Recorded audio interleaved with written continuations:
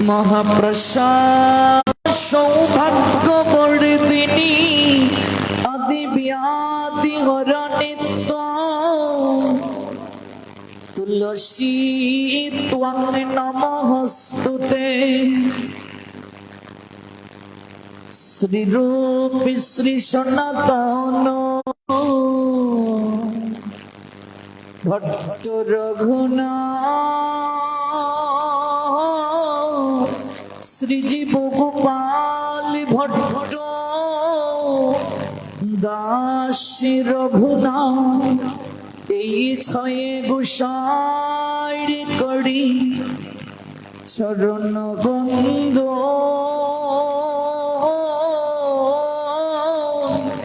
যাহা হতে বিঘ্ন নাশ অভীষ্ট পুরাণ এই ছয়ে গোসাই যা মুই তার দাস দশবার পদরে মোর পঞ্চগ্রাম তাদের চরণ সেবী ভক্ত শনিবাস জনমে জনমে মোর এই অভিলাষ এই ছয় গোসাই প্রভু মুরে করো দয়া চরণে শরণ নীলমে দাও পদ ছায়া এই ছয়ে গোসাই জবে ব্রজে কইলা বাস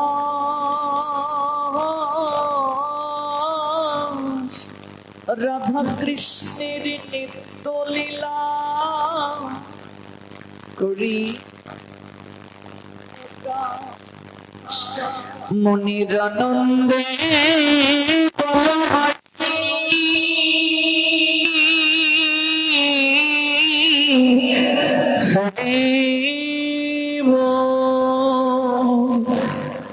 হরিব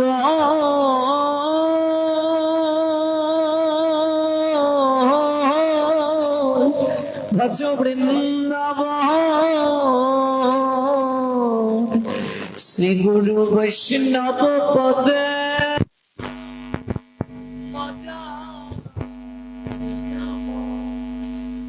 শ্রী গুরু বৈষ্ণব পদ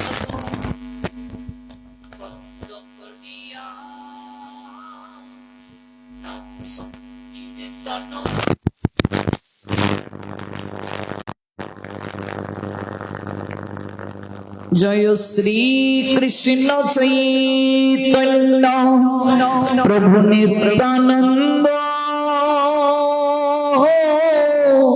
শ্রী অদ্বৈত গদাধর শ্রীবাসদী শ্রী গৌরী ভক্ত বৃন্দ হরে কৃষ্ণ কৃষ্ণ কৃষ্ণ হরে হরে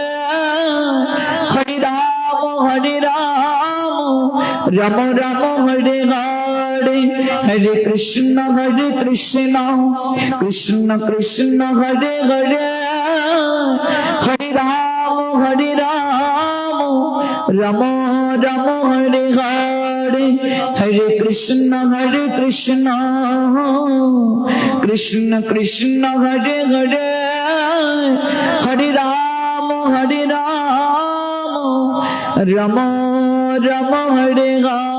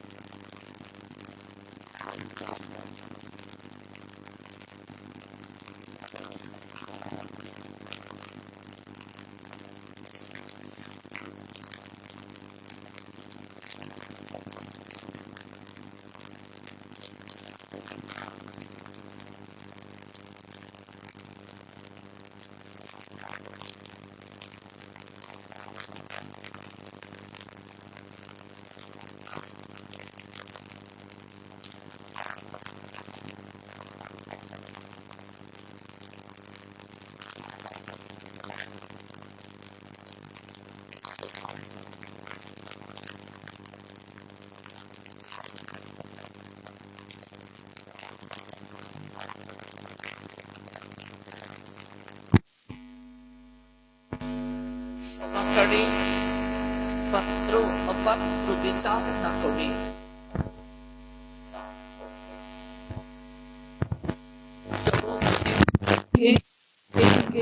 ডেকে ডেকে অনুরণন করলেন, কে নেবে রে ব্রজ কিশোরীর প্রেম, গৌর ডাকে আয়।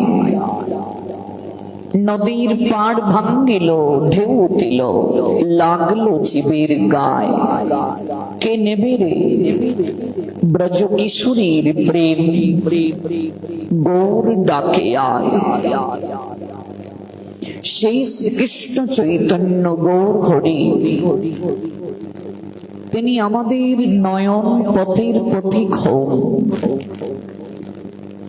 এই কলিযুগে ভাগ্যহত, ভজন বিমুখ, শাস্ত্র বিমুখ 1/3 লোক, তাদের জন্য গৌর হরি ব্যতীত আর কোনো অবলম্বন নেই। বেদ বিদ্যা দুই কিছুই না জানত, সে যদি গৌরাঙ্গ জানি সার, কিছুই জানে না। শাস্ত্র গ্রন্থরাজি সম্বন্ধে কোনো জ্ঞান নাই, কিন্তু যে জানতে পারলো গৌর আমার নয়নের পুত্তলি, প্রাণীর স্পন্দন, পাড়ঘাটির মাঝি, বেদ বিদ্যা দুই কিছুই না জানত, কিছুই জানে না। শাস্ত্র আদি সম্বন্ধে কোনো জ্ঞান নাই, সে যদি গৌরাঙ্গ জানে সার, কিন্তু গৌরকে একমাত্র সার বলে যে গ্রহণ করেছে, সে যদি গৌরাঙ্গ জানে সার, নয়ন আনন্দ ভনে সেই তো সকলই জানে, সর্বসিদ্ধি করতলে তার। ভাই রে ভাই, আমার গোড়াগুণ কখনো না যায়, কত শত আনন, কত চতুর আনন বরণিয়া ওর নাহি পায়, কোন কুল পায় না।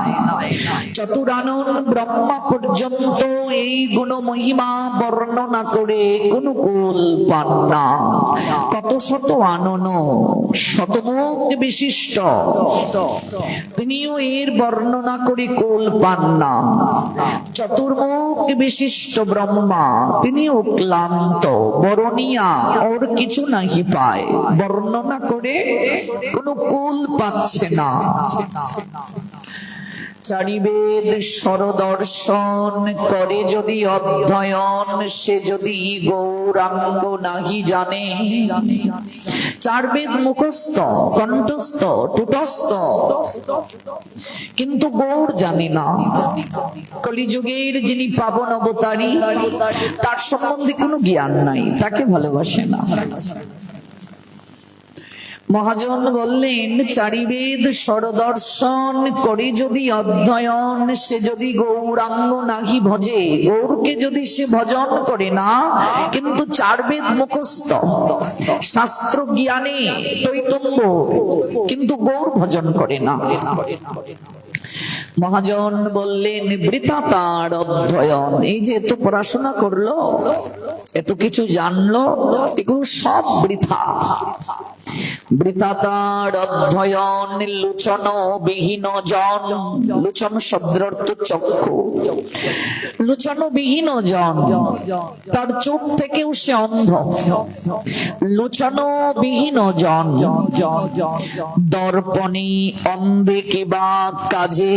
একটা অন্ধ ব্যক্তির সামনে যদি দর্পণ দেয়া হয়, দর্পণ শব্দের অর্থ আয়না, একটা অন্ধ ব্যক্তির সামনে যদি দর্পণ রাখা হয়, সেই ব্যক্তি কি দর্পণে তার প্রতিবিম্ব দর্শন করতে পারবে? লোচন বিহীন জন, দর্পণে অন্ধে কিবা কাজে, সেই ব্যক্তি অন্ধের ন্যায়।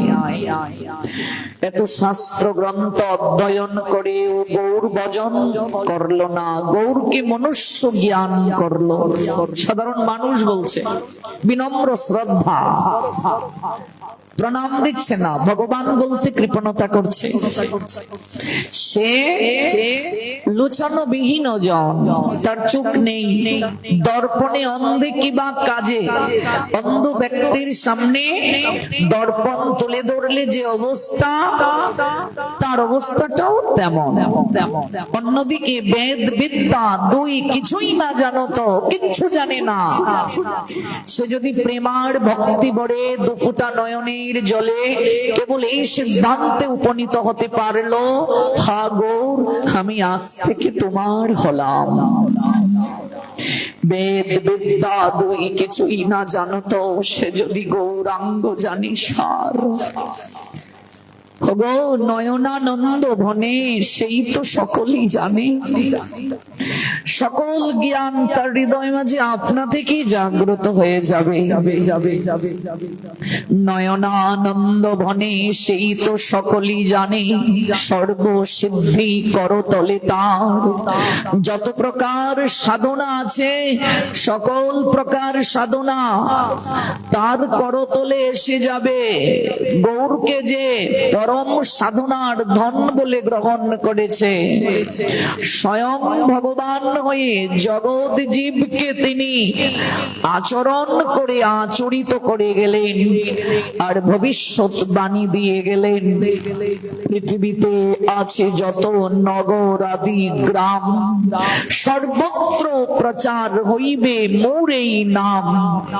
আজকে শ্রীমন মহাপ্রভুর ভবিষ্যৎ বাণী সার্থকতার সোপানে যাচ্ছে। গ্রাম থেকে গ্রামান্তর, জন থেকে জনান্তর, গৌর প্রেম রসর নবে সবাই সাঁতার কাটছে। গৌর প্রেম রসার নবে সে তরঙ্গে যেবা ডুবে, সে রাধা মাধবন্তরঙ্গ। গৌর প্রেমর নবে যে ডুব দিয়েছে, সে রাধা মাধবের অন্তরঙ্গ হয়ে যায়। গৌর হরি যে ভবিষ্যৎ বাণী দিয়ে গেলেন, আজকে সেই ভবিষ্যৎ বাণী সার্থক হচ্ছে। সর্বত্র এই অপ্রাকৃত তারক ব্রহ্ম মহানাম যজ্ঞ অনুষ্ঠান চলছে। নাম প্রেমে মালাগাতি পরাইল সংসারী জীবের গায়ে। প্রত্যেকের গলায় মালা পরিয়ে দিলেন, নামে প্রেমে মালাগাতি পরাইল সংসারে।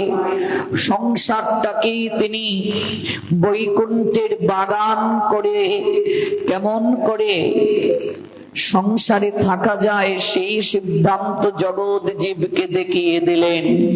গ্রাম থেকে গ্রামান্তর আজ সেই প্রেমে ভাসছে। এক সময় শান্তিপুর ডুবু ডুবু নদিয়া ভেসে যায়, আজকে শুধু শান্তিপুর থেকে নদিয়া না, সমস্ত বিশ্ববাসী গৌরকে জানার চেষ্টা করছে। গৌর প্রেম রত্নাকরী ডুব দিয়েছে। শ্রী শ্রী তারক ব্রহ্ম মহানাম যজ্ঞ অনুষ্ঠান, যে যজ্ঞ অনুষ্ঠানের জন্মদাতা মহাপ্রভু, সংকীর্তন যজ্ঞের পিতা শ্রীমন মহাপ্রভু, তিনি এই বীজ শ্রীবাসাঙ্গিনায় বপন করেছিলেন। আজকে সেই বীজ অঙ্কুরিত হলো, পল্লবিত হলো, পুষ্পিত হলো, মহি বৃক্ষে রূপান্তরিত হলো। এই বৃক্ষের ছত্র ছায়ায় পাপে তাপে ক্লিষ্ট, ত্রিতাপ জ্বালায় জর্জরিত কলহের জীব সকল আশ্রয় নিল। ওই প্রেমর্ণবে স্নাত হয়ে তাদের ত্রিতাপ জ্বালার উপশম করলো। এই প্রেম অর্ণবে আপনারাও ডুব দিলেন। এই হবিগঞ্জ জেলা শহরস্থ বগলা বাজার শ্রী শ্রী গোপাল জিওর মন্দিরের ভক্তবৃন্দ, শ্রী শ্রী তারক ব্রহ্ম মহানাম যজ্ঞ অনুষ্ঠানের অধিবাসীর প্রারম্ভিকায় অপ্রাকৃত গৌর গোবিন্দের তত্ত্ব সুধামৃত আস্বাদনীর যজ্ঞ চলছে। অতঃপর বিশ্ব শান্তি কল্পে সর্বজীবের মঙ্গল কামনায় অষ্টপ্রহর ব্যাপী শ্রী শ্রী মহানাম যজ্ঞ অনুষ্ঠান চলবে।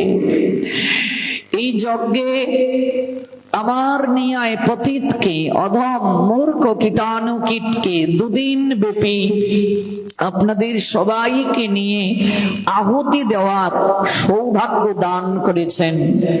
এই জন্য আমি শ্রী শ্রী গোপাল জিয়র আগ্রা আয়োজনকারী ভক্তবৃন্দ, যাদের কায়িক শ্রমে, আর্থিক শ্রমে, মানসিক শ্রমে এই যজ্ঞ অনুষ্ঠান আয়োজন হয়েছে এবং এই যজ্ঞ অনুষ্ঠান চলছে, আমি প্রত্যেকের নিকটে কৃতজ্ঞতা অঞ্জলি নিবেদন করছি।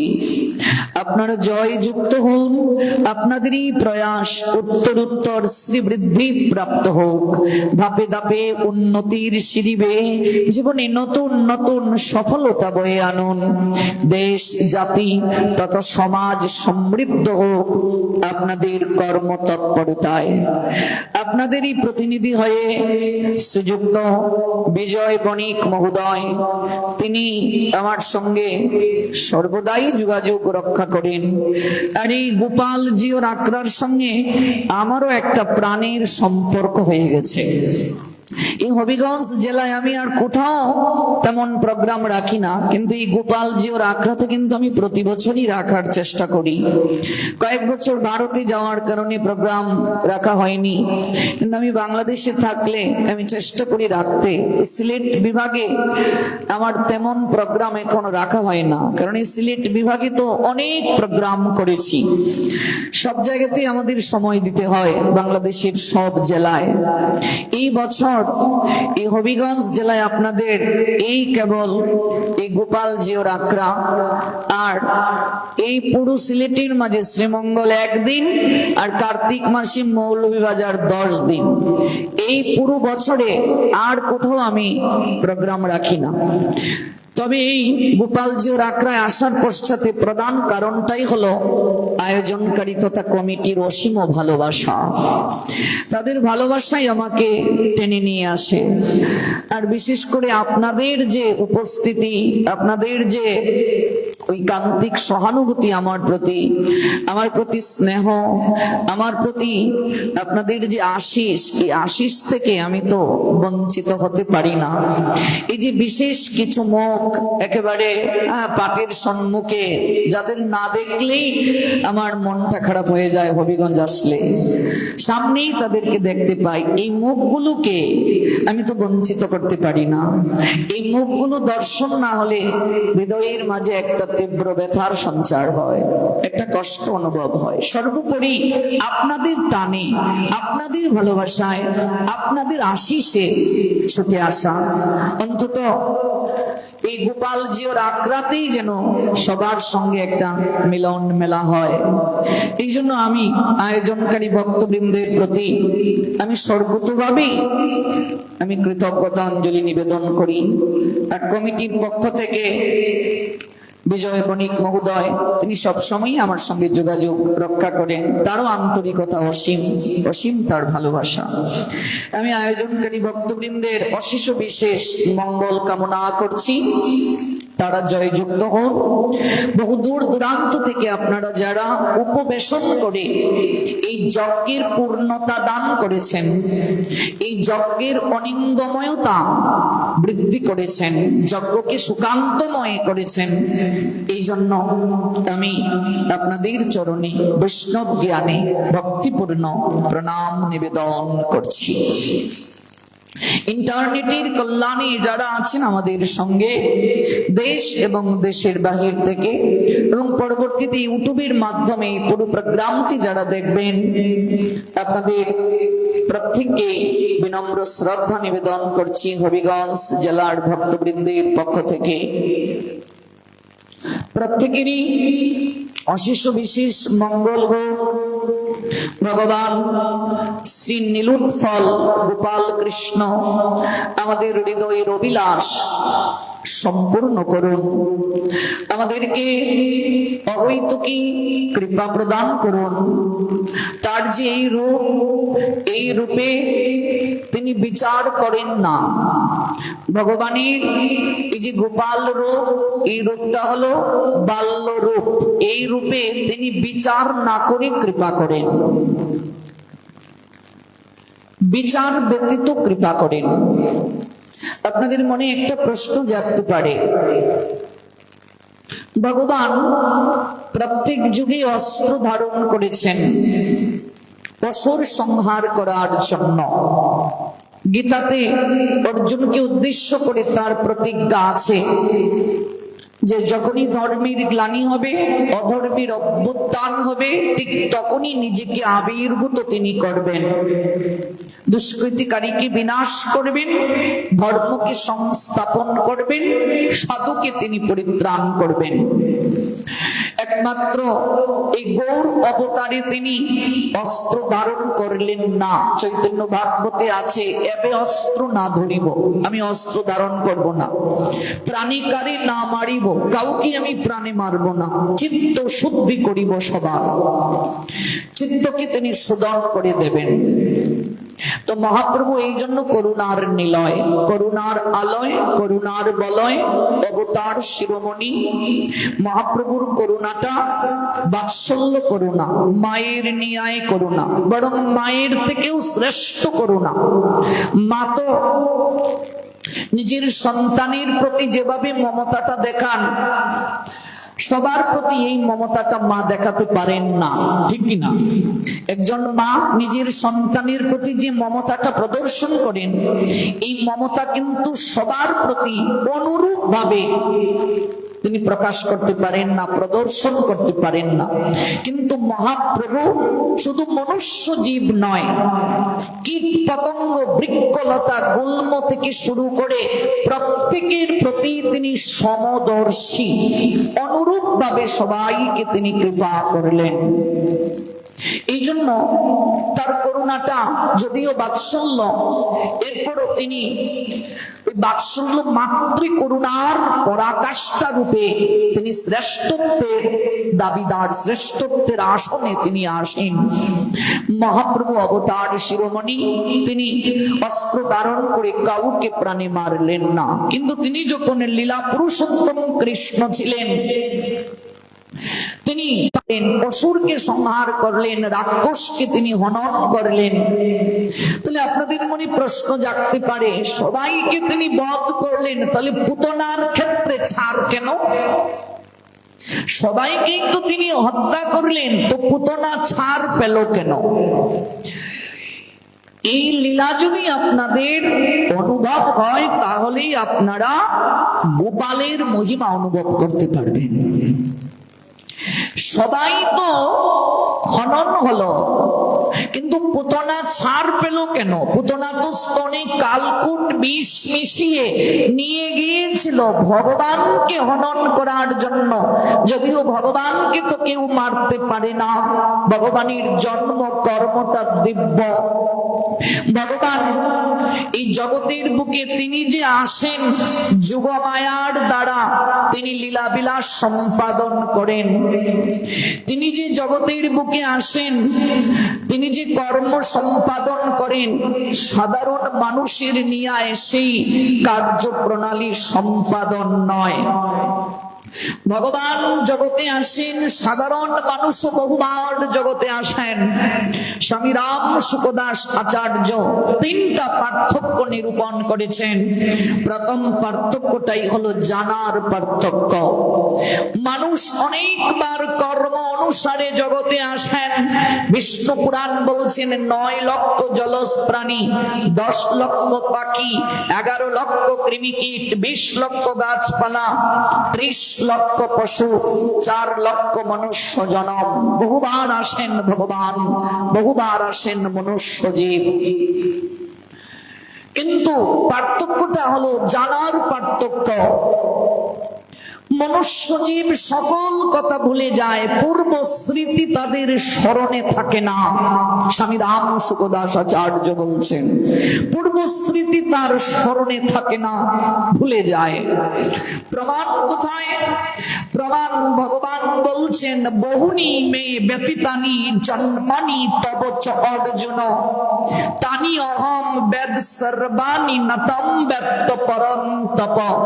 অর্জুনের 22টি নাম রয়েছে গীতায়।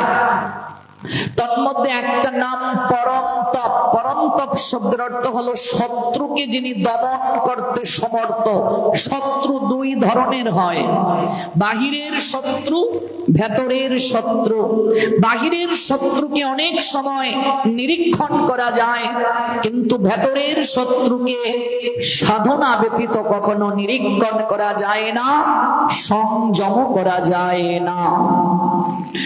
ভেতরের শত্রু 10টা ইন্দ্রিয়, 6টা রিপু আপন আপন দিকে টানে। নরোত্তম দাস ঠাকুর বললেন, ওই ছোট আমার মন, ফিরে যেন অন্ধজন, সুপত বিপত নাহি জানে। ওরা কোনটা সঠিক পথ, কোনটা সঠিক পথ নয়, ওরা বিচার করতে জানে না। তাই তুয়া পদে লইলাম শরণ, সাধু কৃপা ছাড়া কোনটা সঠিক কোনটা সঠিক নয় অনুভব করা যায় না। সাধু আশিস ছাড়া সম্ভব নয়, সাধু আশিসেই সেটি সম্ভব। বাহিরের শত্রুকে আমরা অনেক সময় সমঝোতা করতে পারি না। অন্তর জগতের শত্রুকে কেমন করে সমঝোতা করব? লালাবাবুর গুরুদেব লালাবাবুকে বলেছিলেন, বাহিরের একটা শত্রুর সঙ্গে সমঝোতা করতে পারলে না লালা, তার গৃহে ভিক্ষা আনতে গেলে না। তুমি কি জানো তোমার অন্তর জগতে আরো 6টা শত্রু বিরাজ করছে? কাম, ক্রোধ, লোভ, মোহ, মদ, মাৎসর্য। কেমন করে তাদেরকে তুমি বন্ধু করবে? আর যতদিন পর্যন্ত তুমি পরন্তপ হতে না পারবে, ওদেরকে তুমি বন্ধু করতে না পারবে, ততদিন যাবৎ তোমার ব্রজবিহারীর দর্শন সম্ভব নয়। লালাবাবু পেরেছিলেন। তিনি জগৎ শেঠ নামক তার শত্রুকে শুধু দমনই করেন নাই, তিনি তাকে বন্ধু করে সংসার ছাড়িয়ে নিয়ে এসেছিলেন। জগৎ শেঠ মানে ইতিহাসের জগৎ শেঠ নয়, শেঠ হলো শিল্পপতি। আমাদের বাংলাদেশে যেমন শিল্পপতি, উত্তর প্রদেশে শিল্পপতিদেরকে শেঠ বলা হয়। ওর মূল নাম হলো জগৎ। ওই জগৎকে তিনি নিয়ে এসেছিলেন সংসার ছাড়িয়ে। তিনি হলেন পরন্তপ। হে পরন্তপ, তোমার আমার বহুবার জন্ম অতীত হয়ে গেছে, আমি সেই সমস্ত জন্মের কথা স্মরণ করতে পারি, তুমি কিন্তু তা পারো না। এটি হলো প্রথম পার্থক্য, জানার পার্থক্য। স্বামী রাম সুখদাস আচার্য তিনি দ্বিতীয় পার্থক্যটা নিরূপণ করলেন, জন্মের পার্থক্য।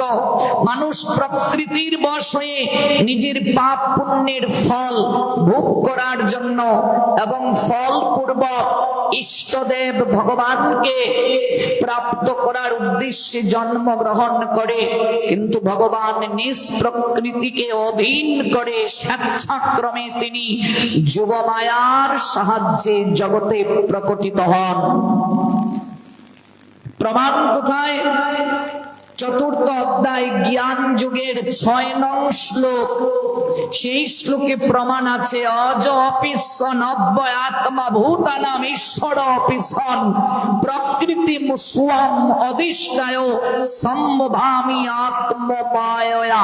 বাংলা কি? যদিও আমি জন্মরহিত অর্জুন, আমার চিন্ময় দেহ অব্যয়, যদিও আমি সর্বভূতের ঈশ্বর, তবু আমার অন্তরঙ্গা শক্তিকে আশ্রয় করে আমি আমার আদি চিন্ময় রূপে আমি যুগে যুগে অবতীর্ণ হই। আমি যখন অবতীর্ণ হই, মূর্খেরা আমার স্বরূপ জানতে না পেরে আমাকে অর্জুন সাধারণ মনুষ্য জ্ঞান করে। আমি আবার সবার কাছে নিজেকে প্রকাশ করি না, যুগ মায়া সমাবৃতা, যুগ মায়ার দ্বারা আমি নিজেকে আবৃত রাখি। তার কাছে আমি প্রকাশিত হই, একমাত্র আমি ভক্তের কাছে প্রকাশিত হই, অভক্তের কাছে আমি প্রকাশিত হই না। আসরিক ভাব সম্পন্ন যে, সে আমায় জানতে পারে না, সে আমায় অনুভব করতে পারে না। আমি কেবল ভক্তের কাছে নিজেকে প্রকাশ করি। সাধারণ মানুষের জন্ম হয় পিতামাতার মিলনে, গর্ভধারণ হয় প্রসবের দ্বারা, আমরা জগতে আসি, কিন্তু ভগবানের জন্মটা অলৌকিক। ভগবানের জন্ম পিতামাতার মিলনে নয়, ভগবানের জন্মটা হলো চিন্ময়। তার জন্মটা কেমন? তার জন্মটা দিব্য। আছে কি নেই গীতায়? 4th অধ্যায় জ্ঞান যুগ। সেই জ্ঞান যুগে 9 নং শ্লোকটা পড়বেন, সেখানে লেখা আছে জন্ম কর্ম চমে দিব্যম এবং ইয়াবেত্তি তত্ত্বত ত্যক্তা দেহম পুনর্জন্ম নয়েতি মামেতি সর্জুন। আমার জন্ম কর্মটা হলো দিব্য, সাধারণ মানুষের মতো নয়। এই যে গৌর হরির আবির্ভাব আমরা পালন করলাম, সচিয়ার জগন্নাথের সাধারণ মানুষের নিয়ায় মিলনের মাধ্যমে গৌর হরি আসেন নাই। স্বয়ং জগন্নাথ মিশ্র স্বপ্নে দর্শন করেছিলেন, তার মস্তক স্পর্শ করে একটা দিব্য জ্যোতি নাসিকা বরাবর বক্ষকে ভেদ করে নিম্ন দেশ হয়ে সচী দেবীর গর্ভের মাঝে প্রবেশ করেছে। তারপর গর্ভধারণ। এটা দিব্য, এটা সাধারণ মানুষের মতো নয়। সাধারণ মানুষ 10 মাস 10 দিন পর আবির্ভূত হন, 13 মাস পর্যন্ত গৌর হরি গর্ভে ছিলেন। তিনি আসছেন না। নীলাম্বর চক্রবর্তী তৎকালীন সময়ে নবদ্বীপে শ্রেষ্ঠ জ্যোতিষী, তিনি বিচার করে দেখছেন কেন আসছেন না, এতদিন হয়ে যাচ্ছে। যে সচির গর্ভে যে সাধারণ কেউ সে নয়। ঠাম্মাকে স্বপ্নে দর্শন দিলেন। ঠাম্মার নাম কলাবতী, আরেকটা নাম ছিল শুভা দেবী, দুটি নাম ছিল। ওই শুভা দেবীকে স্বপ্নে দর্শন দিয়েছিলেন, এই জন্য বধূমাতাকে পাঠানো হলো। গঙ্গার তীর ছাড়া তিনি আসবেন না, তার কারণ আছে। ওই রূপ দর্শন করে পাঠালেন, একটা প্রতিজ্ঞা করিয়ে পুত্রকে দিলেন, যেন মরার আগে একবার হলেও আমি বৌমার গর্ভে স্বপ্নে যাকে দর্শন করেছি, মরার আগে একবার হলেও সেই চরণ দর্শন করে যেন মরতে পারি। তাহলে এগুলো দিব্য, সাধারণ মানুষের ন্যায় নয়। জন্ম কর্ম চমে দিব্যম এবং বলছেন, এটি তত্ত্বগত ভাবে যারা জানতে পারবে। গৌর হরি কেবল জগন্নাথ মিশ্রের নন্দন নয়, সচিতনয় নয়, নীলাম্বর চক্রবর্তীর দৌহিত্র বিশ্বম্বর নয়, নবদ্বীপ চন্দ্র নয়, সচিমাইর প্রাণীর দুলাল নিমাই নয়, নবদ্বীপের পূর্ণ ইন্দু গৌরাঙ্গ গুড়াচাঁদ গৌর সুন্দর নয়। তিনি স্বয়ং জীবের পার ঘাটের মাঝি। তত্ত্বগত ভাবে যে জানতে পারবে, ত্যক্তা দেহম পুনর্জন্ম নয়েতি মামেতি সর্জুন। One who knows the transcendental nature of my appearance and activities does not upon leaving this body take his part again in this material world by eternal abode Arjun said Almighty created Krishna. Srimad Bhagavad Gita 4 chapter Gyan Yuga 9 verse. এটি তত্ত্বগত ভাবে জানাটাই মুখ্য কথা। যদি কেউ জানতে পারে, তাকে আর জগতে আসতে হয় না। এটি হলো দ্বিতীয় পার্থক্য, জন্মের পার্থক্য। আসুন তৃতীয় পার্থক্য, কর্মের পার্থক্য। স্বামী রাম সুখদাস আচার্য বললেন, কর্মের পার্থক্যটা কি? সাধারণত মানুষ নিজ কামনা পূর্তির জন্য কর্ম করে থাকে, যেটি মনুষ্য জন্মের যদিও প্রকৃত উদ্দেশ্য নয়। ভগবান যে কর্ম সম্পাদন করেন, এই কর্মটা জগতে আনন্দ প্রাপ্তির জন্য। এই কর্ম করাটাকে বলে লীলা। এই লীলার মাঝে যে আনন্দ রস, এই আনন্দ রসটা গ্রহণ করতে চান তিনি। এই জন্য গোলকনাথ ভুলুকে নামেন, ধুলার পৃথিবীতে এসে ধুলার মাটি মানুষের সঙ্গে একাকার হয়ে যান, ধুলার পৃথিবীতে এসে ধুলার মানুষের সঙ্গে একাকার হয়ে যান, খুব আনন্দ হয় তার। তিনি কেবল সিংহাসনে বসে নিত্য পুজো পেতে আগ্রহী নন, সময় মতো ঘন্টা বাজাবে, চরণে পুষ্পাঞ্জলি প্রেমাঞ্জলি দেবে, তাতে তিনি সন্তুষ্ট না।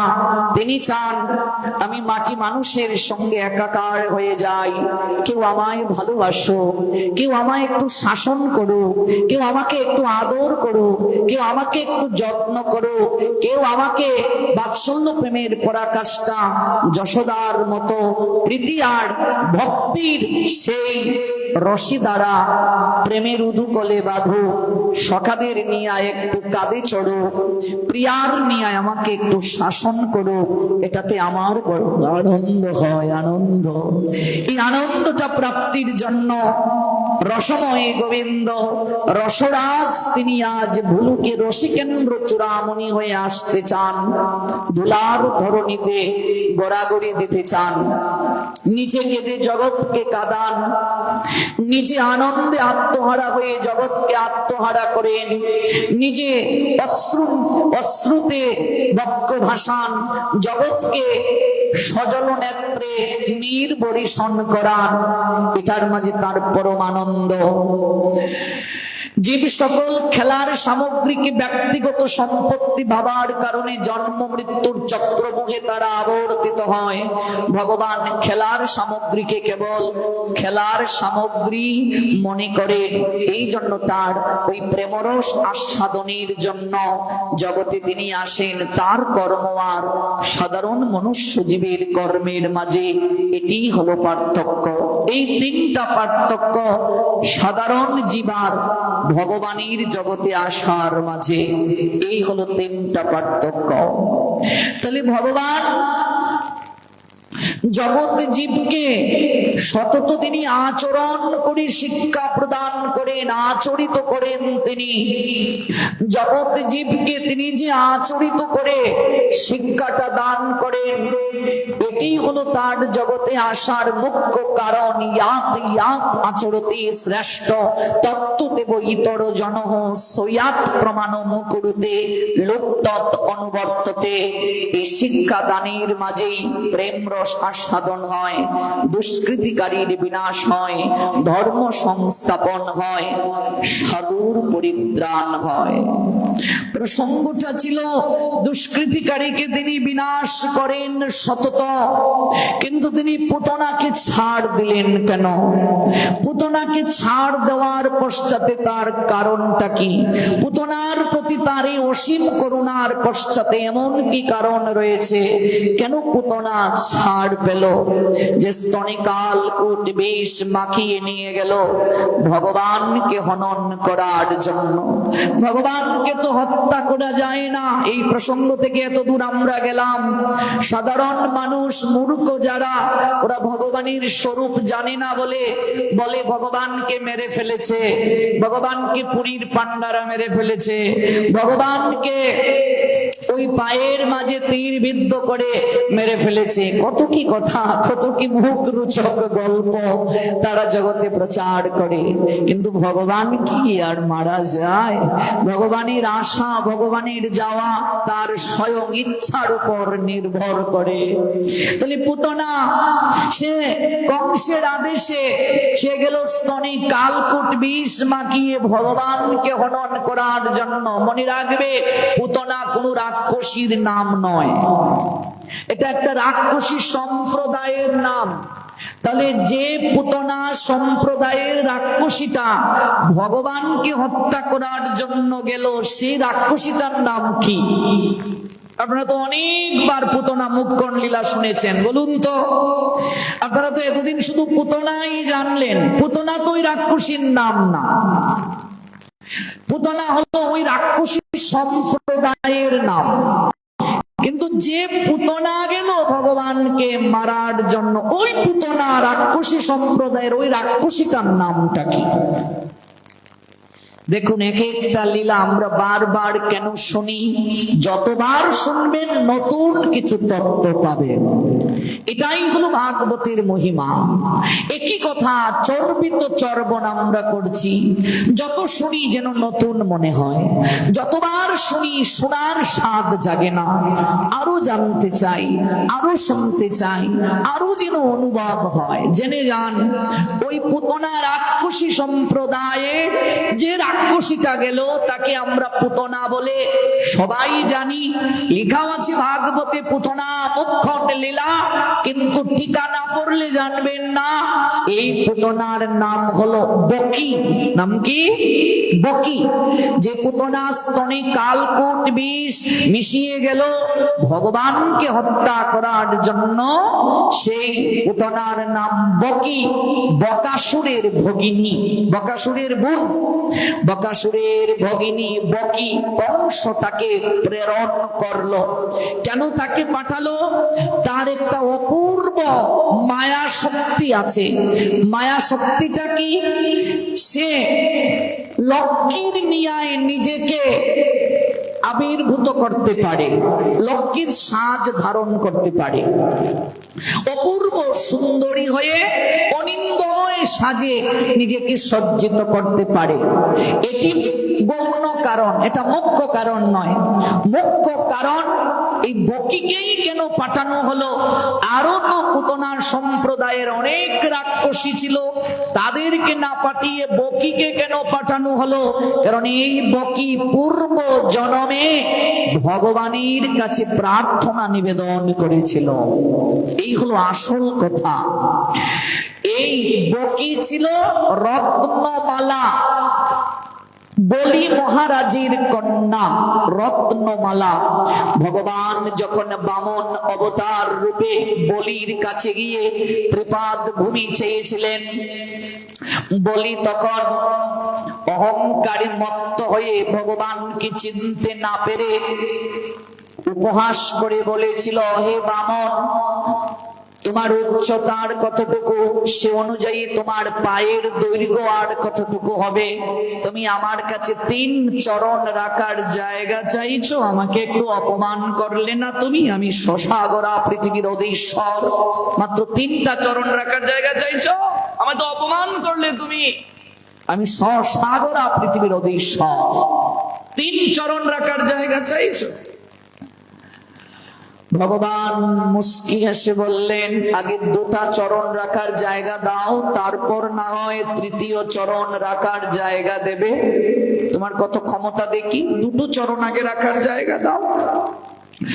ভগবান 2 চরণ দ্বারাই সকল কিছুকে আয়ত্তে নিয়ে নিয়েছিলেন। শুক্রাচার্য গুরুদেব নিষেধ করেছিলেন বারংবার বলিকে দান না দিতে।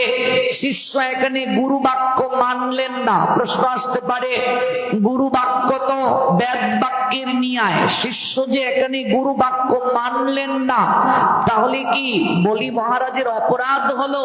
না, অপরাধ হয়নি। গুরু বাক্য অবশ্যই বেদ বাক্য, কিন্তু কোন গুরুদেব যদি স্বীয় স্বার্থ চরিতার্থ করার জন্য শিষ্যকে ধর্ম পালনে বাধা প্রদান করেন, ধর্মের আদর্শ থেকে শিষ্যকে বিচ্যুত করতে চান, সেই শিষ্য যদি গুরু বাক্য লঙ্ঘন করে তাহলে তার কোনো পাপ হবে না, তার কোনো অপরাধ হবে না।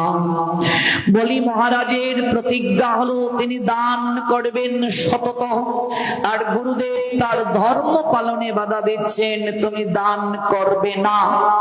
শিষ্য গুরুদেবকে বললেন, আপনার আদেশ শিরোধার্য, আপনার সকল কথা আমি অন্তর থেকে গ্রহণ করি, কিন্তু আপনি আমাকে ধর্ম পালনে বাধা প্রদান করছেন, এই আদেশটা আমি মানতে পারবো না। বলছেন, ওরে হতচ্ছাড়া, তুই গুরু আদেশ মানছিস না, তুই লক্ষ্মী হারা হবে। শিষ্য বললেন, লক্ষ্মী হারা হওয়ার আপনি আমায় অভিশাপ দেননি, আপনি আমায় আদেশই দিলেন, কৃপাই করলেন। কারণ ধন রত্ন ঐশ্বর্য অনেক সময় ভগবানকে প্রাপ্তির পথে প্রতিবন্ধকতাই সৃষ্টি করে। জগতে বিষাদ না আসলে প্রসাদ পাওয়া যায় না, জগতে ভিখারি না হলে কখনো কাঙ্গালের ঠাকুরকে পাওয়া যায় না। আপনি আমায় এটা আশীর্বাদই দিলেন, আপনি আমায় প্রসাদই দান করলেন। আর আপনি লক্ষ্মীহারা হওয়ার কথা বলছেন। আপনি বলছেন ওই যে বামুন, যে বটু, সে ছদ্মবেশ ধারণ করে স্বয়ং ভগবান শ্রী বিষ্ণু এসেছেন, হরি এসেছেন, নারায়ণ এসেছেন আমার কাছে। তাহলে এত আমার পরম সৌভাগ্য, আপনি আমায় লক্ষ্মীহারা হওয়ার কথা বলছেন।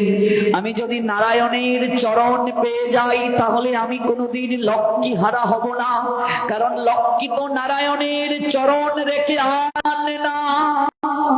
হে গুরুদেব, আপনি বলেছেন আমি লক্ষ্মীহারা হব, আর এই বামুন স্বয়ং নারায়ণ। তো আমি যদি নারায়ণের চরণ পেয়ে যাই তাহলে লক্ষ্মীকে তো আমি আপনা থেকেই পেয়ে যাব। লক্ষ্মী তো নারায়ণের চরণ সেবা রেখে কারো বাড়ি যান না, কোথাও যান না। তাহলে এ তো আমার পরম সৌভাগ্য। লক্ষ্মীর বৈশিষ্ট্যে বলা হয়েছে তিনি চঞ্চলা চপলা। লক্ষ্মী চঞ্চলা চপলা, মন চঞ্চল, লক্ষ্মী চঞ্চল, যৌবন চঞ্চল। যৌবন এক জায়গায় থাকে না, থাকে গো মা। শৈশবে যেমন ছিলে এখনো তেমন আছো, কৈশোরে যৌবনে যেমন ছিলে এখনো আছো, প্রতিনিয়ত পরিবর্তন হয়। দেহি ন অস্মিন ইয়াতা দেহে কৌমারম যৌবনম জরা তথা দেহান্তর প্রাপ্তি ধীরাস্তত্র নমোচ্যতি। স্থিত প্রজ্ঞ পণ্ডিত এই পরিবর্তনটায় তারা ব্যথিত হয় না, মুহ্যমান হয় না। তাহলে যৌবন চঞ্চল, এধন যৌবন পুত্র পরিজন, ইতি কি আছে পর তিতিরে, কমল দল জল জীবন টলমল, ভজহ হরিপদ নীতিরে। এটা চিরস্থায়ী নয়, পরিবর্তন হয়, বালির বাঁধ এটি, এটি আলেয়া, প্রতিনিয়ত পরিবর্তন হয়। লক্ষ্মী চঞ্চল এক জায়গায় থাকেন না। আজ যে রাজা, কাল সে ভিখারি। মানুষ টাকাকে সবচেয়ে বেশি ভালোবাসে, কিন্তু টাকা কখনো মানুষকে ভালোবাসে না। কথাটা বোঝাতে পেরেছি কিনা আমি? মানুষ টাকাকে ভালোবাসে, অর্থকে মানুষ ভালোবাসে, কিন্তু অর্থ আজ পর্যন্ত কোনো মানুষকে ভালোবাসে নাই। যদি বাসত তাহলে অর্থ মানুষকে ছেড়ে যায় কি করে? মানুষ অর্থকে ভালোবাসে, কিন্তু অর্থ কোনোদিন মানুষকে ভালোবাসে না। মিলিয়ে দেখবেন জীবনের সাথে। অর্থকে মানুষ ভালোবাসে, অর্থ মানুষকে ভালোবাসে না। অর্থকে স্বয়ং লক্ষ্মী, মানুষ লক্ষ্মীকে ভালোবাসে, কিন্তু লক্ষ্মী মানুষকে ভালোবাসে না। লক্ষ্মী তখনই মানুষকে ভালোবাসে যে মানুষ ভগবান নারায়ণকে ভালোবাসে। ভালো করে তত্ত্বটা বুঝবেন। লক্ষ্মী তাকেই ভালোবাসে যে নারায়ণকে ভালোবাসে।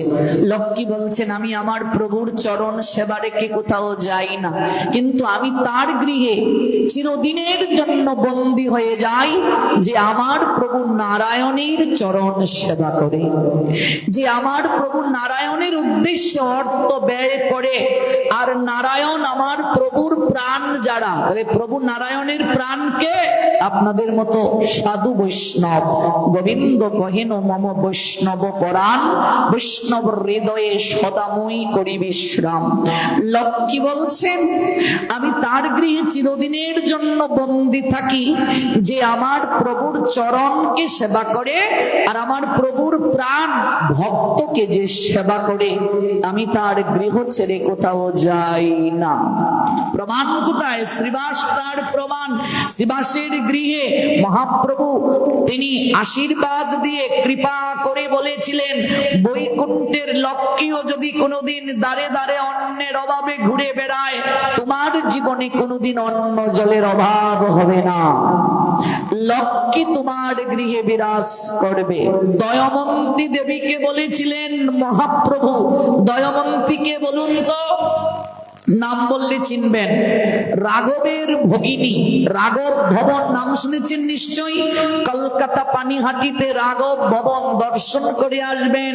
4 জায়গায় মহাপ্রভু নিত্য বিরাজ করেন, তার মধ্যে একটা হলো শ্রীবাসাঙ্গিনা, দ্বিতীয় সচিমায়ের রন্ধন, তৃতীয় নিত্যানন্দের নর্তন, চতুর্থ রাঘব ভবন। রাঘবের ভগিনী দয়মন্তী দেবী সংসার করলেন না। হৃদয় মাঝি তার একটাই চিন্তা, শেষের দিনে আমায় দেখবে কে, আমায় দেখবে কে, আমাকে দেখবে কে, শেষের দিনে যৌবন যখন ফুরিয়ে যাবে আমায় দেখবে কে। রাঘবের ভগিনী বাৎসল্য প্রেমরসে আমার গৌরকে ভালোবাসেন। গৌর আমার সন্তান, গৌর আমার নয়নের পুত্তলি। গৌর হরি যখন সন্ন্যাস নিয়ে নীলাচলে চলে গেলেন, রাঘবের ভগিনী কাঁদতে কাঁদতে লুটিয়ে পড়লেন। উড়িষ্যার যে খাদ্য অভ্যাস, সকল আহারের মাঝেই তারা নারকেল আর মিষ্টি দেয়। যারা গিয়েছেন জগন্নাথ পুরীতে প্রসাদ পেয়েছেন, দেখবেন মিষ্টি আছে, নারকেলও আছে। উড়িষ্যার আহার একটু মিঠা মিঠা, আমরা বাঙালি জাল ঝুল খেয়ে তো পছন্দ। তাই রাঘবের ভগিনী মনে মনে চিন্তা করছেন, প্রভু যে নীলাচলে আছেন, প্রভুর আহারে নিশ্চয়ই কষ্ট হচ্ছে। আমরা বাঙালি, আমরা একটু তিক্ত খেয়ে অভ্যস্ত, আমরা এত মিঠা সবসময় খেয়ে অভ্যস্ত না। ওরা সবজি রান্না করলেও মিঠা দিচ্ছে, ডালের মাঝেও মিঠা দিচ্ছে, নারকেল দিচ্ছে, সবকিছুতেই মিঠা। কিন্তু আমরা বাঙালি একটু ঝাল ঝোল খেয়ে পছন্দ, একটু মরিচ থাকবে আমাদের আহারে। বাঙালিদের সঙ্গে উড়িষ্যাদের খাদ্য অভ্যাসের একটু পার্থক্য আছে। উড়িয়ার সঙ্গে বাঙালিদের মিল বন্ধন করে দিলেন মহাপ্রভু। উড়িয়া গৌরিয়া একসঙ্গে মিলেমিশে একাকার হলো। গৌর আসার আগে লক্ষ লক্ষ লোক জগন্নাথ পুরীতে যেত, 4 ধামের মাঝে একটা জগন্নাথ ধাম। কিন্তু বাঙালির এত আনাগোনা ছিল না জগন্নাথ ধামে। বর্তমানে যত লোক যায় উড়িষ্যায়, যত বাঙালি যায়, ওই বাঙালির আনাগোনা হলো। গৌর উড়িয়াদের সঙ্গে বাঙালিদের মিল বন্ধন করে দিলেন, যুগসূত্র স্থাপন করে দিলেন। বাঙালিরা চাতুর্মাস্যে মহাপ্রভুর চরণ সান্নিধ্যে গিয়ে তারা ভজন করত। সস্ত্রীক যেতেন শিবানন্দ, সস্ত্রীক মানে স্ত্রী পরিজন সহ শ্রীবাস যেতেন, অদ্বৈত যেতেন, সবাই চলে যেতেন নীলাচলে। বাঙালিদের কাছে আগে জগন্নাথ না, আমাদের কাছে আগে জগন্নাথ না, আমাদের কাছে আগে গৌর হরি, তারপর জগন্নাথ। আমাদের কাছে আগে জগন্নাথ না, আমাদের কাছে আগে আমাদের মহাপ্রভু, তারপর জগন্নাথ। বাঙালিরা প্রথমে গিয়ে জগন্নাথ দর্শন করে না, বাঙালিরা প্রথমে গিয়ে মহাপ্রভুকে দর্শন করে, অর্থাৎ গম্ভীরা দর্শন করে, তারপর তারা জগন্নাথ দর্শনে যায়। মানুষ তো তত্ত্ব জানে না, হেই হেই দেই দেই করে দৌড় করে না, ধাম পরিক্রমা এভাবে নয়। আমাদের প্রথমে বৃন্দাবন নয়, আমাদের প্রথমে নবদ্বীপ, আমাদের এরপর নীলাচল, এরপর মধুময় শ্রী ব্রজধাম। জগদানন্দ পণ্ডিতকে তাই মহাপ্রভু বলছেন, জগদানন্দ একা একা ব্রজে পরিক্রমায় যাবে না, সনাতনকে ছেড়ে কোথাও যাবে না, ব্রজবাসীদের আচরণ নিরীক্ষণ করার চেষ্টা করবে না। সনাতন তোমাকে নিয়ে গেলে যাবে, নইলে যাবে না, অপরাধ হয়ে যাবে। ব্রজে চিরকাল থাকবে না, ব্রজবাসীর আচরণ নিরীক্ষণ করবে না। বাঙালিদের সঙ্গে উড়িষ্যাদের মিলবন্ধন হলো, জগন্নাথকে সার্বজনীন ভগবান করলেন স্বয়ং মহাপ্রভু। জগন্নাথ শবরদের পূজিত, শবরদের ভগবান ছিলেন। মহাপ্রভু আসার আগে সর্বসাধারণ কৃষ্ণ যে জগন্নাথ এটি জানতো না। যারা তত্ত্বদ্রষ্টা তারা জানতো, যারা প্রেমিক ভক্ত তারা জানতো, যারা ভাগবত তত্ত্ববেত্তা তারা জানতো। কিন্তু মহাপ্রভু এসে জগৎকে জানালেন যেই কৃষ্ণ তিনি জগন্নাথ। রাই ভাবে বিমূঢ় হয়ে গুড়াচাঁদ জগন্নাথ দর্শন করে জগন্নাথকে কৃষ্ণ স্মৃতি জ্ঞান করে কেঁদে কেঁদে নয়নের জলে ভাসলেন। বধূ কি আর বলিব আমি, তুমি তো আমার সকলই জানো। কি আর তোমায় বলবো, তুমি কি আমার মনের কথা জানো না? কৃষ্ণ স্মৃতি জ্ঞান করছেন। ন ধনম, আমি ধন চাই না। কৃষ্ণ স্মৃতি জ্ঞান করে বলছেন আমি ধন চাই না। ন ধনম, আমি ধন চাই না, জন চাই না, সুন্দরী রমণী চাই না, কিচ্ছুটি আমি চাই না। হে জগদীশ্বর, জন্মে জন্মে তোমাতেই যেন আমার অহৈতুকী ভক্তি থাকে, প্রীতি থাকে। জন্মনি জন্মনীশ্বরে ভবতাৎ ভক্তির অহৈতুকী তৈ। শুধু এই জন্মে নয় বধূ, আমার জীবনে মরণে প্রতি জনমে জনমে প্রাণনাথ হইও তুমি। আমি আর কিচ্ছু চাই না। উড়িয়ার সঙ্গে গৌরিয়ার সেতু বন্ধন হলো। সবরদের জগন্নাথ আজ বিশ্বজনীন জগন্নাথ হলেন। বাঙালিদের সঙ্গে মিল বন্ধন সৃজন হলো।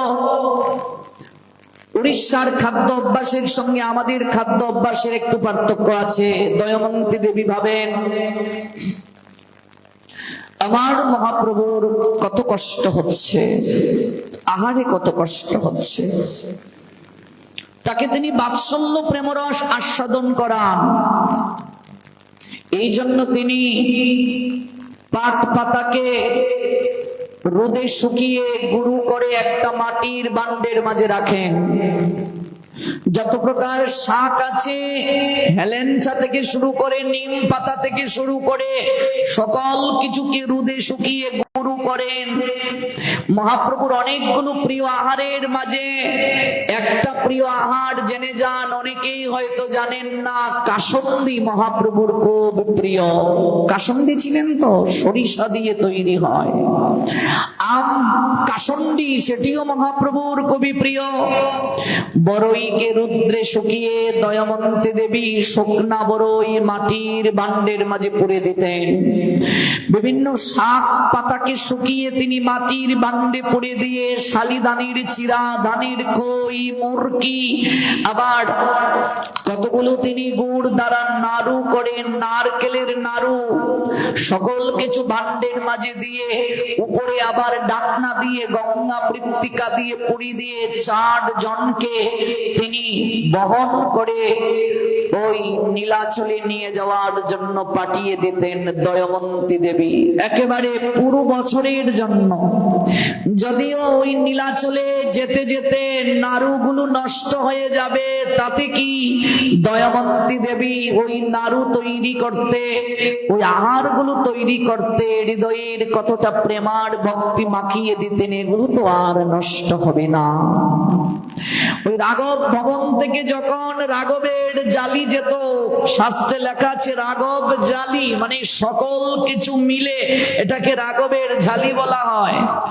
যখন নিয়ে যাওয়া হতো মহাপ্রভু ভান্ডের ঢাকনাটা যখন তিনি খুলতেন, অশ্রুতে তার নয়নটা ভিজে যেত, টপ টপ করে নয়ন থেকে অশ্রু ঝরত। রাঘবের ভগিনী দয়মন্তী দেবীর মুখচ্ছবিটা ভেসে উঠত তার হৃদয় মাঝে। যেন তার মনে হচ্ছে রাঘবের ভগিনী কতটা সযতনে প্রভুর জন্য এগুলো তৈরি করে পাঠিয়েছে। একটাই তার ইচ্ছা, আমার গৌর ছাড়া আর তো কেউ নাই, কে আমায় দেখবে? আমার তো আর কেউ নাই, কে আমায় দেখবে? জগতে যার কেউ নাই তার জন্য মহাপ্রভু আছেন। এজন্যই তিনি কাঙ্গালের ঠাকুর।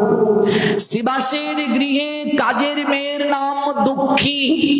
একদিন মহাপ্রভু শ্রীবাসের গৃহে ঘরে ভিতরে মাটির কলসিতে সুরধনী গঙ্গার জল পরিপূর্ণ দেখে শ্রীবাসকে ডেকে বললেন, মাটির কলসি ভরে এত জল কে রাখে শ্রীবাস?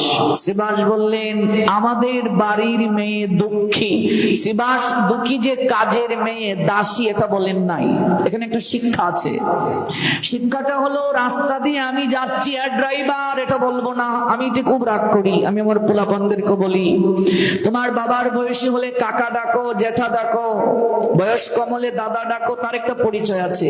এ অটো রিক্সা এদিকে আসো, এটা সভ্যতা নয়।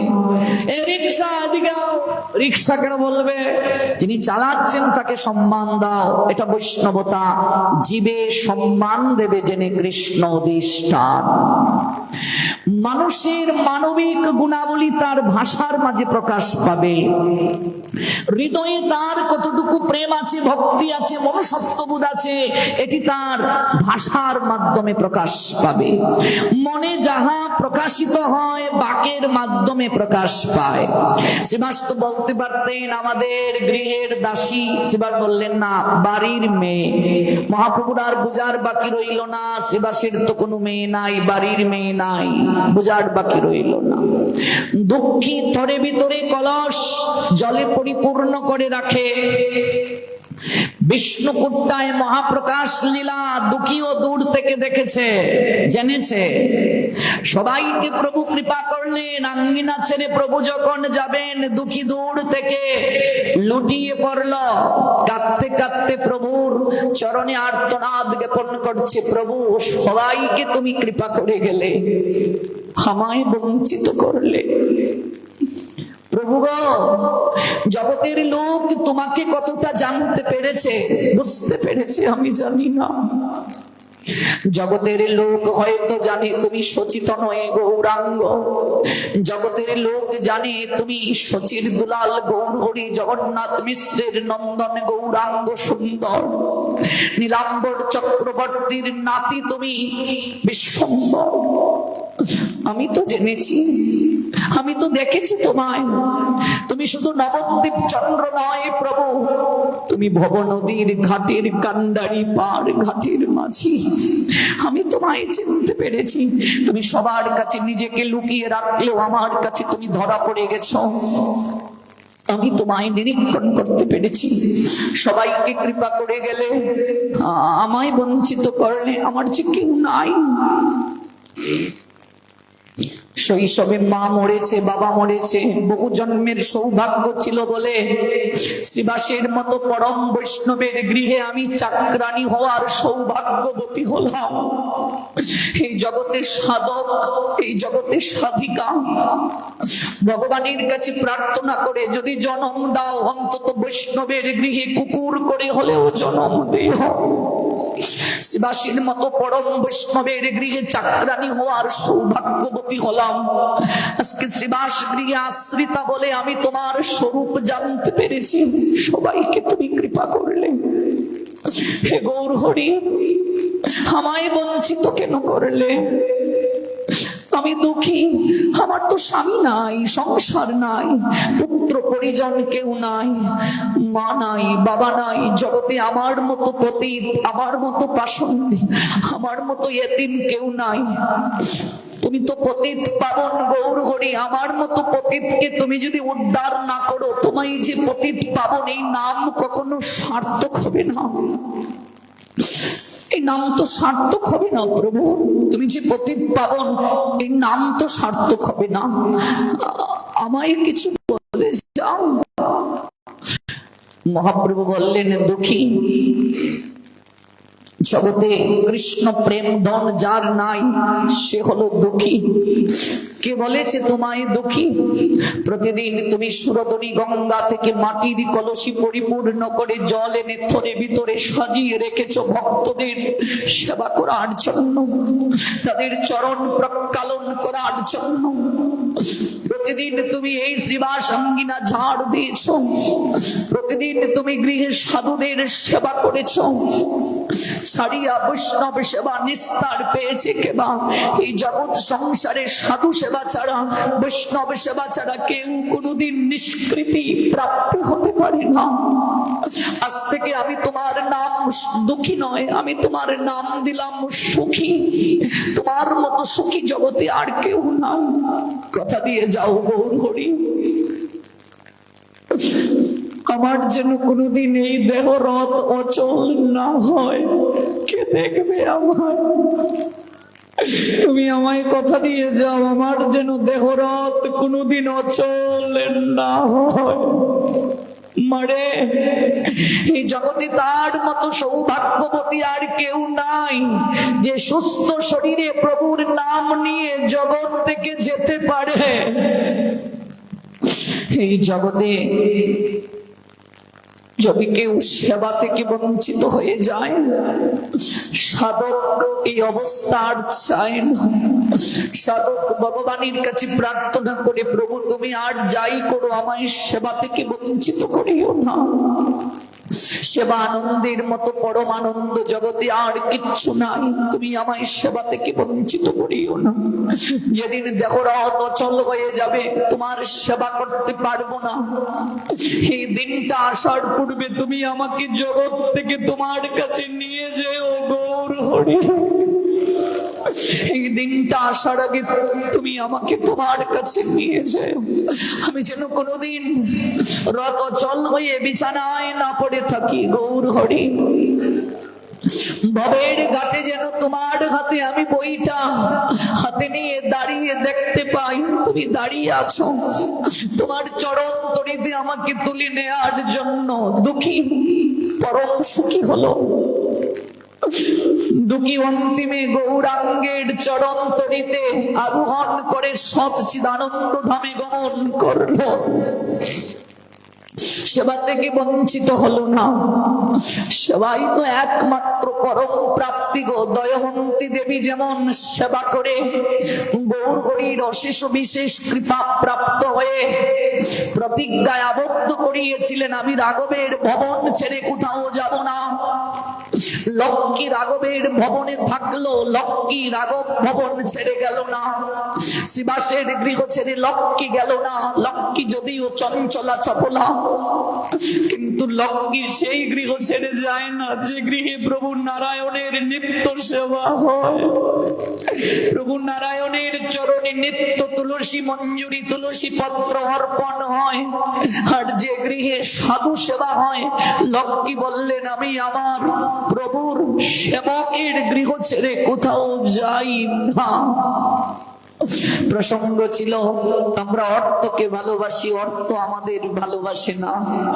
অর্থ অর্থাৎ লক্ষ্মী তাকে ভালোবাসে গো যে গৃহে স্বয়ং প্রভুর সেবা হয়। মন চঞ্চল, ধন চঞ্চল, যৌবন চঞ্চল, এক জায়গায় থাকে না, এক জায়গায় থাকে না। ওই লক্ষ্মীর ন্যায় রূপবতী হতে পারে পুতনা, ওই বকি লক্ষ্মীর ন্যায়। বলি মহারাজ বলেছিলেন, গুরুদেব আপনি আমায় লক্ষ্মী হারা হতে বলছেন, আমি লক্ষ্মী হারা হব? আমি যদি ওই বামনকে দান করি, বামন যদি সত্যি ভগবান নারায়ণ হন, তাহলে তো আমি নারায়ণের চরণ পাবো। আর নারায়ণের চরণ সেবা রেখে লক্ষ্মী তো কারো গৃহে যান না, তাহলে আমি লক্ষ্মী হারা কি করে হব গুরুদেব? গুরু বাক্য মানলেন না। গুরুদেব তাকে অধর্মের কথা বললেন, ধর্মচ্যুত হওয়ার শিক্ষা দিলেন। গুরুদেব যদি ধর্ম আচরণের বিপক্ষে দাঁড়ান, গুরু বাক্যটা লঙ্ঘন করলেও শিষ্যের পাপ নেই। বলি মহারাজ গুরু বাক্য মানলেন না, বামনকে তিনি দান করলেন। ওই দু চরণ দ্বারা সকল কিছু তিনি যখন আষ্টি পৃষ্টি নিয়ে নিলেন, তৃতীয় চরণ কোথায় রাখবো? অভিনয় অহংকার করেছিলে, তোমার আত্মমর্যাদা হনন হলো, তৃতীয় চরণ রাখার জায়গা দাও। ভয়ে কম্পিত হলেন বলি মহারাজ, কিছুই তিনি বুঝে উঠতে পারছেন না। দেখুন সহধর্মিনী কাকে বলে? বলি মহারাজের সহধর্মিনী সুদেশনা দেবী, আরেকটা নাম বৃন্দাবলী, দুটো নামেই তাকে ডাকা হতো। তিনি এসে বললেন, আর্য ব্রহ্মাদি দেবতারাও সহজে ওই চরণ প্রাপ্ত হতে পারে না। আপনার আজ পরম সৌভাগ্য আর্য, আপনি তৃতীয় চরণ রাখার জায়গা পাচ্ছেন না। দুই চরণ দ্বারা সকল কিছুকে তিনি দখল করে নিলেন, তৃতীয় চরণ কোথায় রাখবেন আপনি জায়গা দিতে পারছেন না। হে আর্য, আপনি আপনার এই মস্তকটাকে তার চরণে সমর্পণ করে দিন। ব্রহ্মাদি দেবতারাও এই চরণ মস্তকে স্থাপন করতে পারে না আর্য। বহু জন্মের সৌভাগ্য আপনার জীবনে আছে বলে আপনি এই সৌভাগ্যবান হতে পেরেছেন। আপনার মস্তকটা আপনি এগিয়ে দিন। মধ্যকান থেকে প্রভু তৃতীয় চরণ প্রকাশ করলেন, জায়গা দাও বলি মহারাজ বললেন, প্রভু তুমি তোমার এই অভয় চরণ আমার মস্তকের মাঝে স্থাপন করো।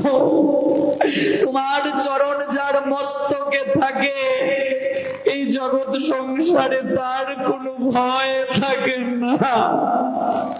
তুমি এই চরণ আমার মস্তকে দান করো। বলিকে সপ্ত পাতালের মাঝে একটা পাতাল সুতলে প্রেরণ করা হলো। পরবর্তীতে ভগবান সেই সুতলের দ্বার রক্ষক হয়েছিলেন, বলি ইন্দ্র হয়েছিল, তার পাশে বৃন্দাবলী অর্থাৎ সুদেষ্ণা বসেছিলেন। ওই তার মেয়ে রত্নমালা তখন বলেছিল, তুমি এক রূপ ধারণ করে এসে ছলনা করলে। যখন ভগবান বামন এসেছিলেন, রত্নমালা এই বামনকে দর্শন করে মনে মনে অভিলাষ করেছিল, আহা এরকম যদি আমার একটা পুত্র হতো, আমি যদি তাকে একটু কুলে তুলে আদর করতে পারতাম। ভগবান তখন বলেছিলেন, তথাস্তু, তোমার ইচ্ছে পূরণ হবে। যখন পিতা সুতলে গেলেন তখন সেই রত্নমালা ক্রোধান্বিত হয়ে বলেছিল, তোমাকে তো আমি পুত্র রূপে প্রাপ্তির আকাঙ্ক্ষা করেছিলাম, কিন্তু তুমি যদি পুত্র হতে, যদি কোনোদিন কুলে তুলে নিয়ে তোমায় আমি বাৎসল্য প্রেমরস স্তন আস্বাদন করানোর সুযোগ পেতাম, আমি স্তনের মাঝে বিষ মাখিয়ে তোমাকে আমি প্রাণ বোধ করার চেষ্টা করতাম। ভগবান সেদিন বলেছিলেন, তথাস্তু, তুমি আমার মায়ের ভূমিকায় আসবে, তোমার ইচ্ছে পূরণ হবে। কেউ যদি আমাকে শত্রু জ্ঞান করে ও ভালোবাসে, আমি তাকে তার ইচ্ছে পূরণ করে থাকি। এখানেই ভগবানের পরম ঔদার্য, ভগবান জি কতটা কৃপাময়, ভগবান জি কতটা করুণার নিধি, গুণনিধি, প্রেমনিধি এই জায়গায় প্রমাণ পেল। শত্রু জ্ঞান যে করে তাকেও তিনি কৃপা করেন। গীতায় আছে যে আমাকে যেভাবে আরাধনা করে আমি তাকে সেইভাবে পুরস্কার দান করি। চৈতন্য চরিতামৃতে আছে, কৃষ্ণের প্রতিজ্ঞা এক আছে পূর্ব হইতে, যে জয়ীছে কৃষ্ণ তারে ভজে দইছে। কৃষ্ণকে যে ভাব নিয়ে ভজন করে ভগবান কৃষ্ণ তাকে সেই ভাব দ্বারা তিনি তাকে পুরস্কার দান করেন। রত্নমালা বকি হয়ে পুতনা রাক্ষসী সম্প্রদায়ে এলো, বকাসুরের ভগিনী রূপে এলো। ছলনাময়ীতে শ্রেষ্ঠা সে, কংস তাকেই নির্ধারণ করলো। লক্ষ্মীর নিয়ায় সেজে স্তনের মাঝে কালকূট বিষ মাখিয়ে পুতনা অর্থাৎ বকি গমন করলো। কেন? মধুময় শ্রী বৃন্দাবনে কখনো তো তার যাওয়ার কথা নয়, কিন্তু সে ওই বসন ধারণ করে সর্বদা তার বদনে কৃষ্ণ নাম ছিল। নতুবা একটা রাক্ষসী ছদ্মবেশ ধারণ করে মধুময় শ্রী বৃন্দাবনে যাওয়ার আগেই তো তার মূল যে চেহারা প্রকাশ হওয়ার কথা, কিন্তু তার হৃদয়ে মাঝে একটাই চিন্তা, কেমন করে কৃষ্ণকে হত্যা করা যায়। গৌর প্রেমানন্দে চিন্তাটা কৃষ্ণের ছিল। রাবণ প্রশ্ন করেছিলেন প্রভু রামচন্দ্রকে, সারাটা জীবন তো আমি তোমাকে শত্রু জ্ঞান করলাম, তাহলে আজকে মৃত্যুকালে তোমার এই স্বরূপ দর্শনের সৌভাগ্য আমার কিভাবে হলো? আমি তো শত্রু জ্ঞান করলাম সারাটা জীবন।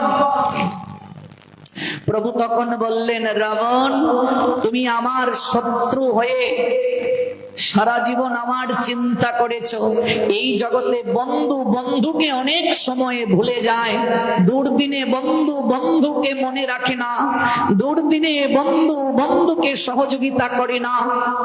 কিন্তু আমার একটা বৈশিষ্ট্য আছে রাবণ, কেউ যদি আমাকে বন্ধু জ্ঞান করে, আমি তাকে যতটা মনে করি তার থেকে অধিক শত্রু জ্ঞান যে আমাকে করে আমি তাকে মনে রাখি।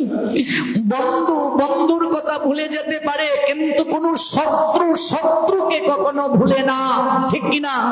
আপনি একটা ফেসবুকে ছবি দেবেন, আপনার প্রথমেই চিন্তা হবে এই ছবিটা নিয়ে আমার যারা শত্রু আছে ওরা কোনো নেগেটিভ কমেন্ট করবে না তো?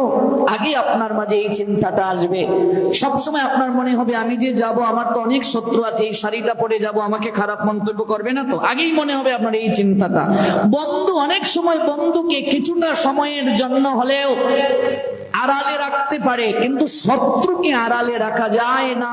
এই জন্য রবি ঠাকুর বলেছিলেন, বিনামূল্যে ময়লা ধুয়ে করে পরিষ্কার, বিশ্ব মাঝে এমন দয়াল মিলবে না কোয়ার, নিন্দুক সে বেঁচে থাকুক বিশ্ব হিতের তরে, আমার আশা পূর্ণ হবে তাহার কৃপা ভরে। তুমি সারাটা জীবন সতত তুমি আমার চিন্তা করেছো, রামকে কি করে মারবো, রামকে কি করে হত্যা করব, রামকে কি করে হত্যা করব। তুমি ঘুমাতে গিয়েও আমার চিন্তা করেছো, আহার করতে গিয়ে আমার চিন্তা করেছো, স্নান করতে গিয়ে আমার চিন্তা করেছো। এমন কোন জায়গা নাই তুমি আমার চিন্তা করো নাই। তোমার একটাই চিন্তা, রাম চলে আসলো না তো, আমার সোনার লঙ্কা জ্বালিয়ে পুড়িয়ে ছাড়কার করে দিল না তো, আমি কি করে তাকে মারবো, রামকে কি করে মারবো, রামকে কি করে মারবো, রামকে কি করে মারবো, রামকে কি করে মারবো। তোমার একটাই হৃদয়ের মাঝে চিন্তা কেবল ছিল শ্রীরাম, একটাই তোমার চিন্তা ছিল শুধু রাম রাম রাম রাম রাম। হয়তো শত্রু জ্ঞান করে চিন্তাটা করেছো, কিন্তু চিন্তাটা তো তুমি আমার করেছো। কত করুণাময় দেখুন ভগবান, চিন্তা তো আমার করেছো, শত্রু জ্ঞান করেছো, চিন্তা তো আমার করেছো। এই জন্য আমি অন্তিমে তুমি যার চিন্তা করেছো সে কে তোমাকে একটু জানা প্রয়োজন না? তুমি যে সারাটা জীবন যার চিন্তা করলে সে কে তোমার একটু জানতে হবে না? তার চিন্তা করলে কি পুরস্কার পায় তোমার একটু জানা দরকার না? তোমাকে উদ্দেশ্য করে জগৎ জানবে না, তাই দেখো আমি কে, আমার স্বরূপ দর্শন করো। রাবণ মৃত্যুকালে শেষের দিনে প্রভুর স্বরূপ দর্শন করতে পারলো, লুটিয়ে পড়েছিল প্রভুর চরণে, শত্রু জ্ঞান করে ভগবানকে প্রাপ্ত হয়েছিল। এটা একটা প্রতিজ্ঞা ছিল এই রাবণের, কারণ এই রাবণ আর কুম্ভকর্ণ তত্ত্বগত দিক থেকে তারা ছিলেন বৈকুণ্ঠের দ্বার রক্ষক, জয়ার বিজয়। ওই ব্রহ্মার 4 পুত্র যখন ভগবান হরি দর্শনে যাত্রা করেছিলেন, ফটকের পাশে এসে যখন দাঁড়ালেন, তারা দিগম্বর ছিলেন, তো ভেতরে জয় বিজয় ঢুকতে দিচ্ছে না। সনক, সনন্দ, সনত কুমার, সনাতন, এই 4 জন ঢুকতে দিচ্ছেন না, কারণ তারা দিগম্বর, বস্ত্রহীন।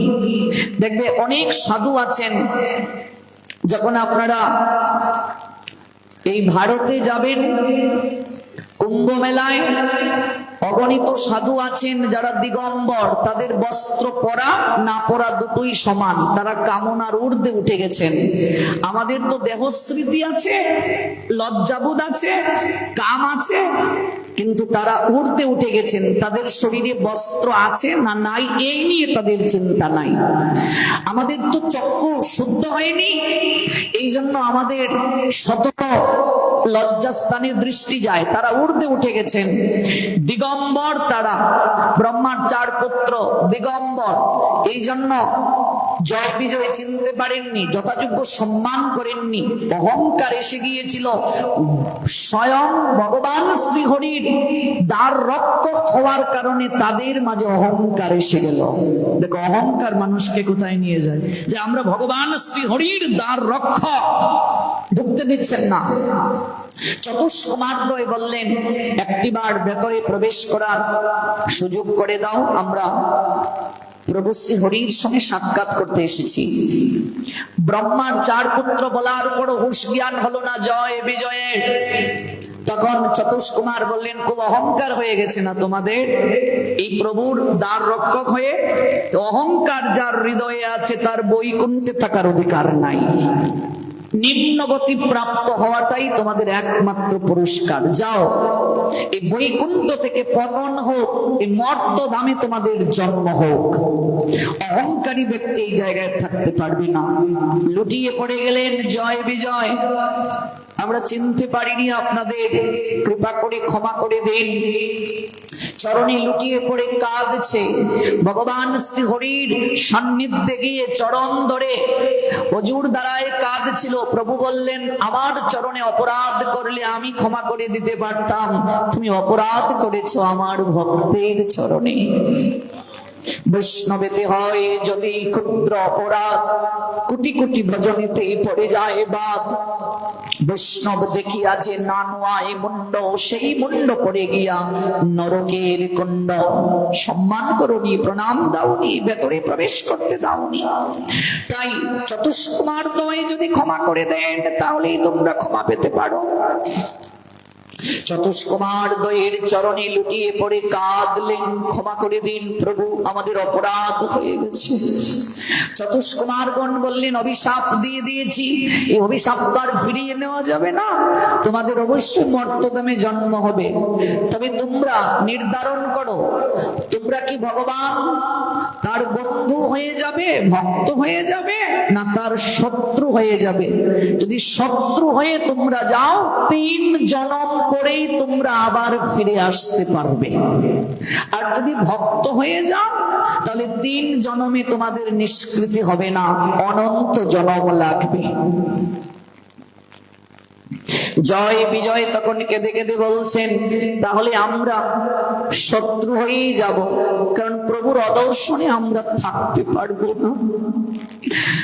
তবে হে কুমারগণ, শত্রু হয়ে আমরা এই অভিসম্পাতকে মস্তকে ধারণ করে মরতে যাব। তবে আমাদের একটা প্রার্থনা আছে আপনাদের চরণে। কি প্রার্থনা বলো? যে অহংকারের কারণে আজকে এই অভিসম্পাত প্রাপ্ত হয়ে প্রভুর সেবা থেকে বঞ্চিত হয়ে শত্রু হয়ে যাব। আমাদের প্রার্থনাটা হলো, আমাদের মৃত্যুটা যেন প্রভুর হাতে হয়। অন্তত মৃত্যুকালে যেন সেদিন প্রভুর স্বরূপ দর্শন করে করে আমরা জগৎ থেকে যেতে পারি। ভক্তের তো হৃদয় মাঝে ইচ্ছা শেষের দিনে প্রভুর চরণ দর্শন।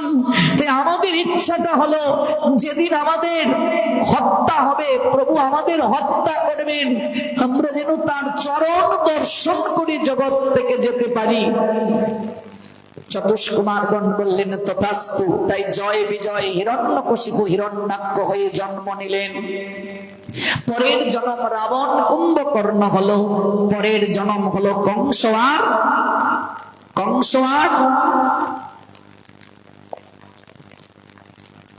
নয়, শিশুপালার দন্তবক্র। শিশুপালার দন্তবক্র হয়ে জন্ম নিলেন। উদ্ধার হলো, প্রত্যেকেরই মৃত্যুটা হলো প্রভুর হাতে, এবং চরম দর্শন করে তাদের দেহ রাখা হলো।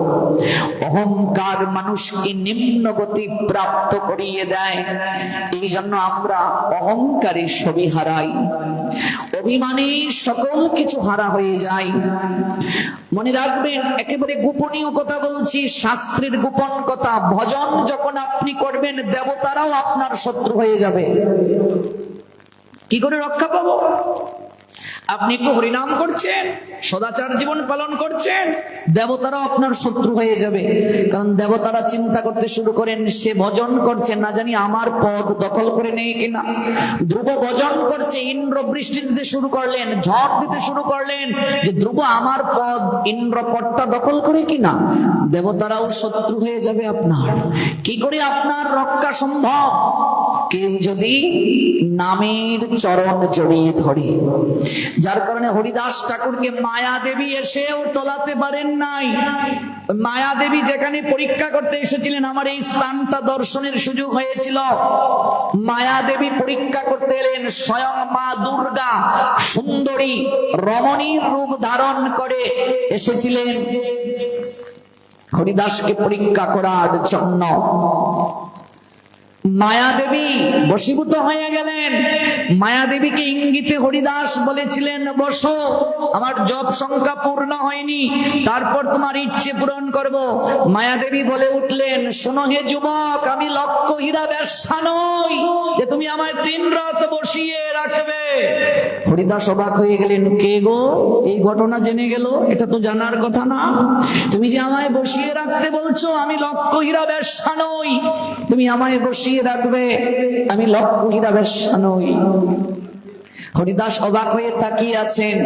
শরীর থেকে দিব্য জ্যোতি বের হলো। ওই মায়া দেবী, যার মায়ায় জগৎ মোহিত, ওই মায়া দেবী পর্যন্ত পরাস্ত হয়ে গেলেন। ওই মায়া দেবী তখন বললেন, স্বরূপে এসে আমি তোমায় পরীক্ষা করেছিলাম হরিদাস, তুমি পরীক্ষায় উত্তীর্ণ হয়ে গেছো, বর চাও তুমি আমার কাছে। হরিদাস তখন বলেছিলেন, কথা দাও মা, এই কৃষ্ণ নামের আশ্রয় যে গ্রহণ করবে, তুমি কোনোদিন তাকে মায়ার জালে আটকে রাখবে না। গৌর প্রেমানন্দে, ওই নামের আশ্রয় যে গ্রহণ করবে, ওই মায়ার সংসারে সে কোনোদিন আর যেন না আসে, তুমি ওই প্রতিজ্ঞাটা করে যাও। মায়া দেবী বলেছিলেন, আমি কথা দিলাম। এই জন্য চৈতন্য চরিতামৃতে আছে, কৃষ্ণ সূর্য সম, মায়া অন্ধকার, যথায় কৃষ্ণ তথায় নাহি মায়ার প্রবেশ অধিকার। কৃষ্ণ সূর্য সম, মায়াটা হলো অন্ধকার। যেখানে কৃষ্ণ আছেন, কৃষ্ণ কোথায়? কৃষ্ণ নামে, কৃষ্ণ কথায়। এই যে এখানে কৃষ্ণ কথা আস্বাদন হচ্ছে, এখানে কৃষ্ণ আছেন, এখানে মায়ার প্রবেশ অধিকার নাই। নারী পুরুষ আমরা একসঙ্গে বসে আছি, কারো মনে খারাপ চিন্তা নাই। কেন? মায়া গ্রাস করতে পারছে না ওই কৃষ্ণ কথার দ্বারা। ঠিক না? এমনিতে গিয়ে কি মাটিতে বসে থাকবো কারো বাড়িতে? যদি বলে 2000 টাকা দেবো, 2 ঘন্টা মাটিতে বসে থাকো, মাটিতে কেউ বসবে না, বলবে আমার আত্মসম্মান আছে না। কিন্তু এই জায়গায় আমরা কেউ বসন্ত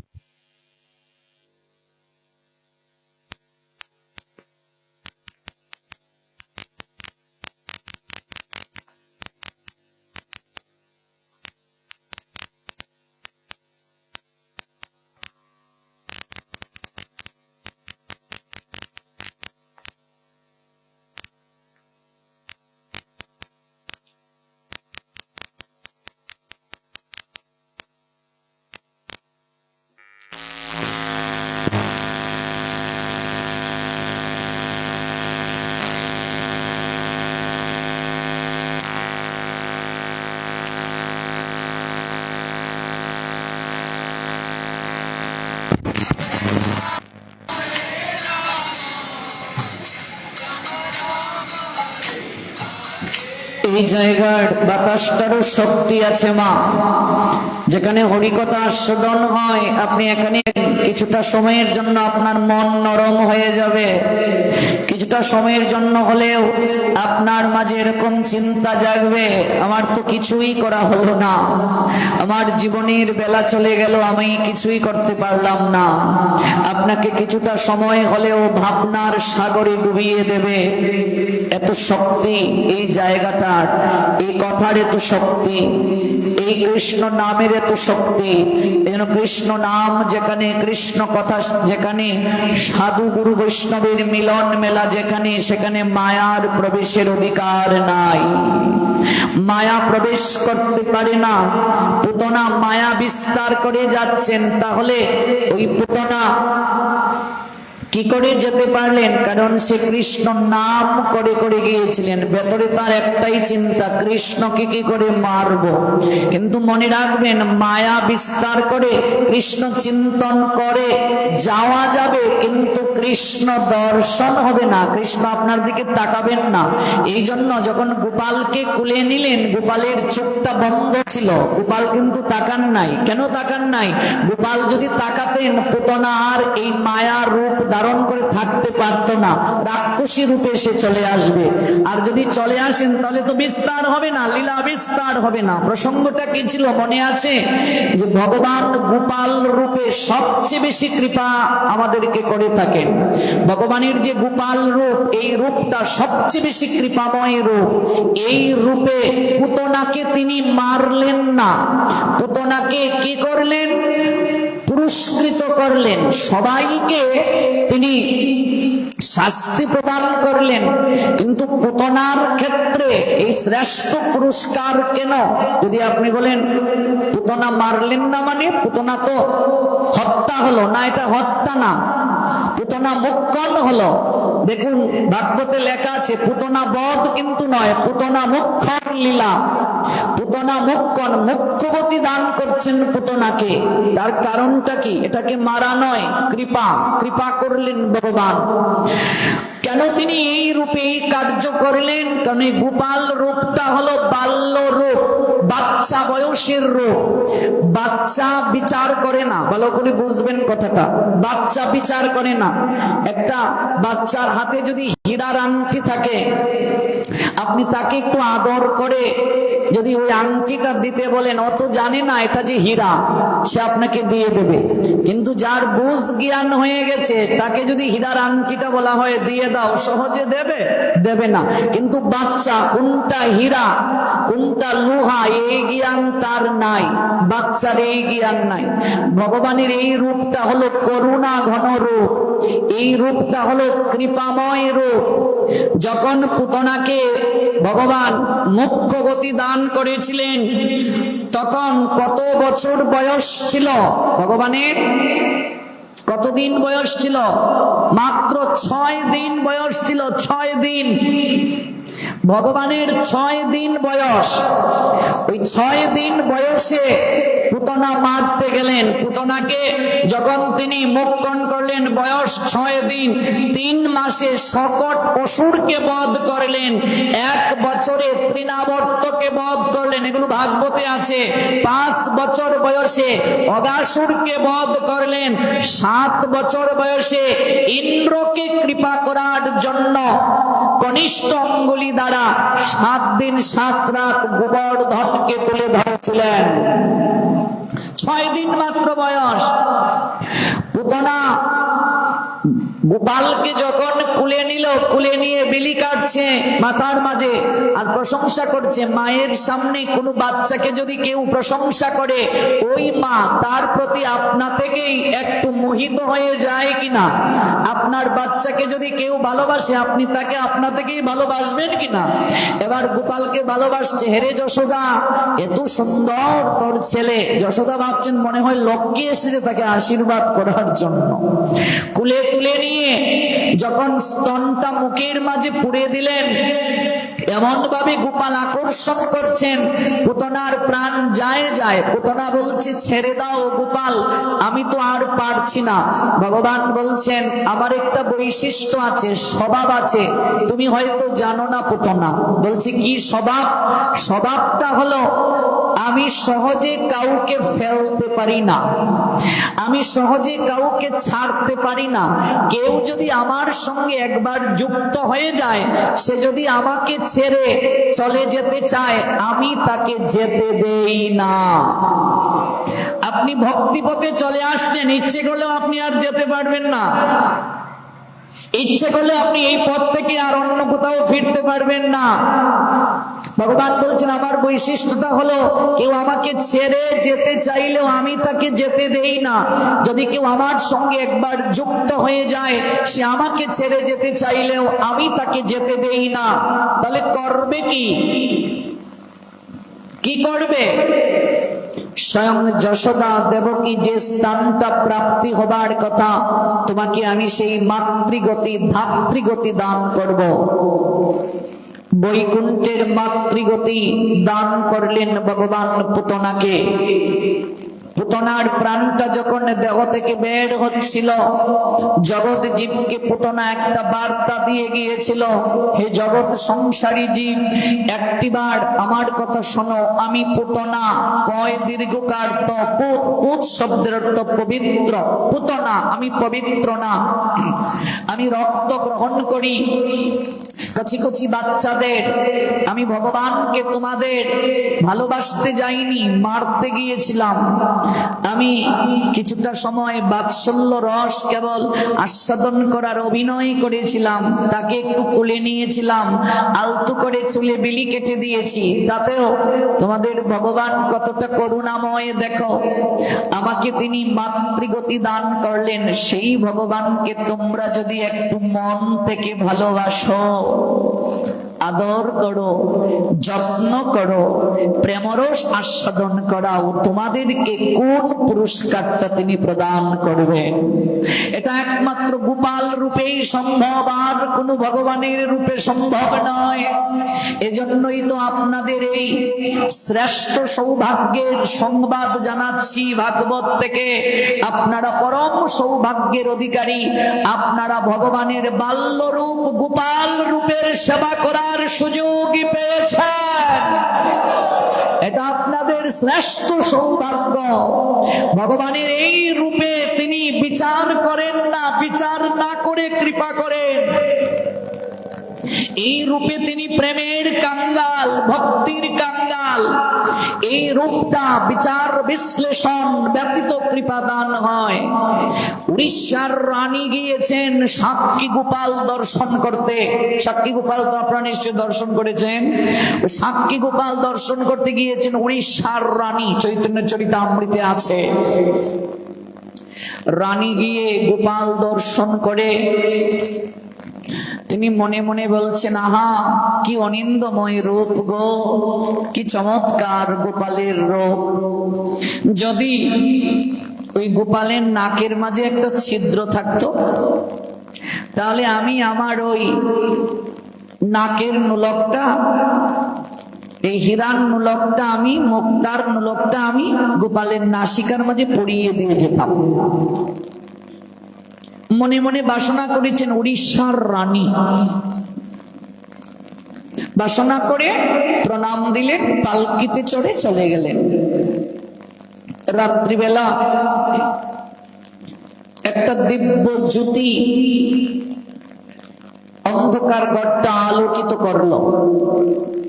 একটা মিষ্টি কণ্ঠস্বর, মা মা, ও মা।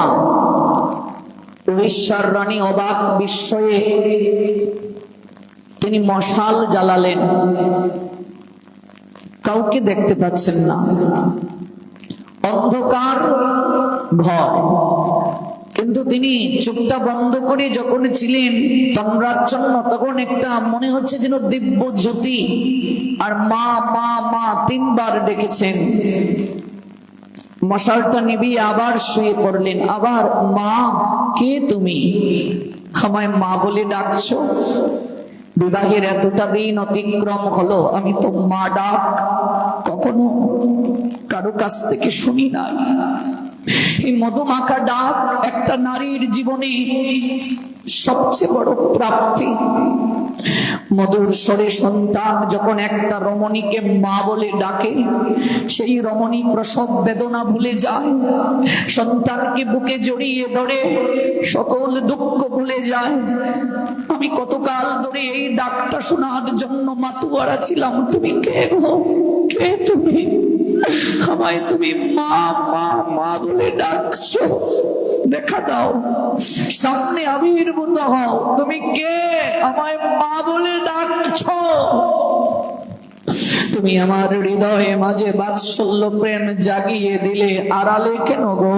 সামনে আসো, একটিবার সামনে দাঁড়িয়ে আমায় মা বলে ডাকো। তুমি কে? আমি তোমার গোপাল। তুমি না বলেছিলে তোমার মুক্তার নুলকটা আমার নাসিকায় পরাতে তোমার বড় সুখ হয়, তোমার ইচ্ছে আমার নাসিকায় যদি একটা ছিদ্র থাকতো। যাও না পূজারী ঠাকুরকে গিয়ে জিজ্ঞেস করো আমার নাসিকায় ছিদ্র আছে, তোমার মুক্তার নুলক তুমি আপন মমত্বে আমায় পরিয়ে দিয়ে আসো। আমি তোমার গোপাল, গোপাল আমি গোপাল। এই বলে জ্যোতিটা যেন একটু একটু করে অন্ধকারে হারিয়ে যাচ্ছে। পিছন থেকে উড়িষ্যার রানী চিৎকার করে ডাকছে, যেও না গোপাল, আমায় ফাঁকি দিয়ে যাস রে বাবা, তুই আমার মা বলে ডাকলি, আমায় ফাঁকি দিয়ে যাস রে বাবা, আমায় ফাঁকি দিয়ে যাস রে। ওরে আমার জীবন ধন্য হয়ে গেল, এতকাল আমার কষ্ট যন্ত্রণা ছিল, আমার একটা যদি সন্তান হতো আমার মা বলে ডাকতো। আজকে স্বয়ং জগৎ জীবের উদ্ধার কর্তা গোপাল আমার সন্তান হয়ে মা ডাকলো। আমার জীবনে আর কোনো প্রাপ্তির বাকি নাই, আমার জীবনে আমার আর কোনো প্রাপ্তির বাকি নাই। ওগো কোথায় তুমি? মহারাজ অবাক হয়ে এলেন, কি হয়েছে তোমার? তুমি কি পাগল হয়ে গেলে? ওগো ওগো গোপাল, আমার ছেলে গোপাল। বলো কি গোপাল তোমার ছেলে? কি বলছো? তুমি হয়তো দুঃস্বপ্ন দেখেছো। ওগো স্বপ্ন নয়, ওগো পালকি সাজাও, আমায় নিয়ে চলো গোপাল দর্শনে।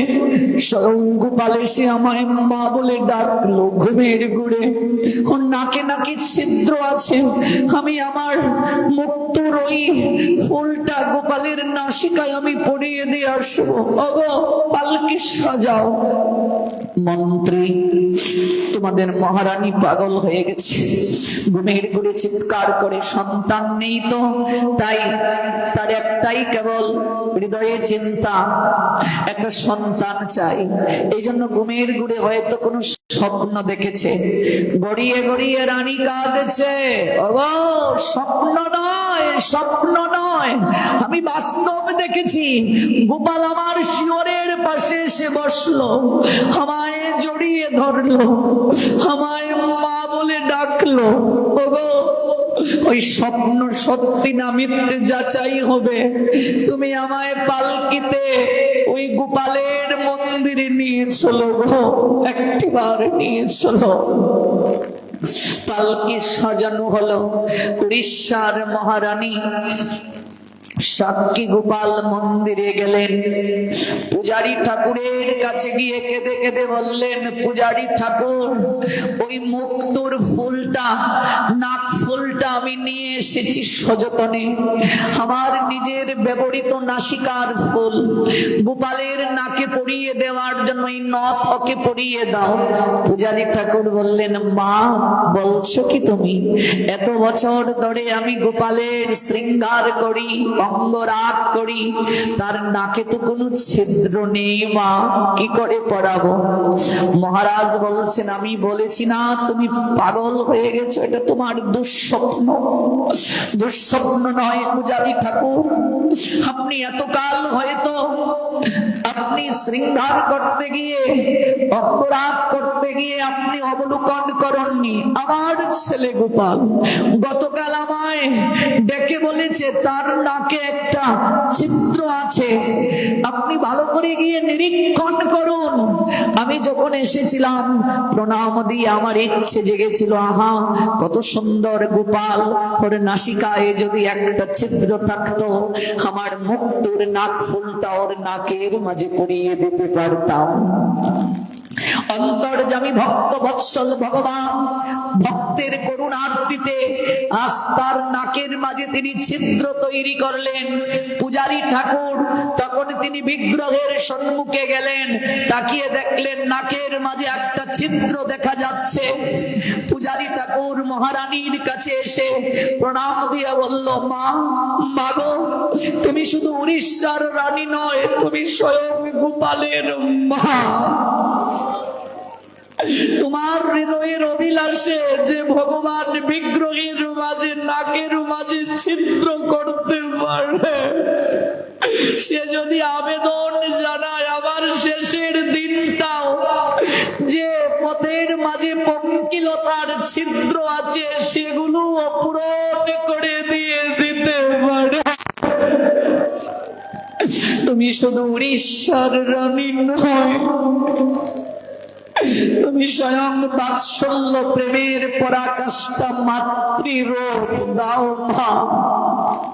ওই মুক্তোর ফুলটা আমার হাতের মাঝে দাও, আমি নিজের হাতে গোপালের নাসিকায় সেটি আমি দেব। এই না ভক্ত বৎসল ভগবান, ভক্তেরও লাগিয়া যুগে যুগে আসো তুমি রাখিতে ভক্তের মান।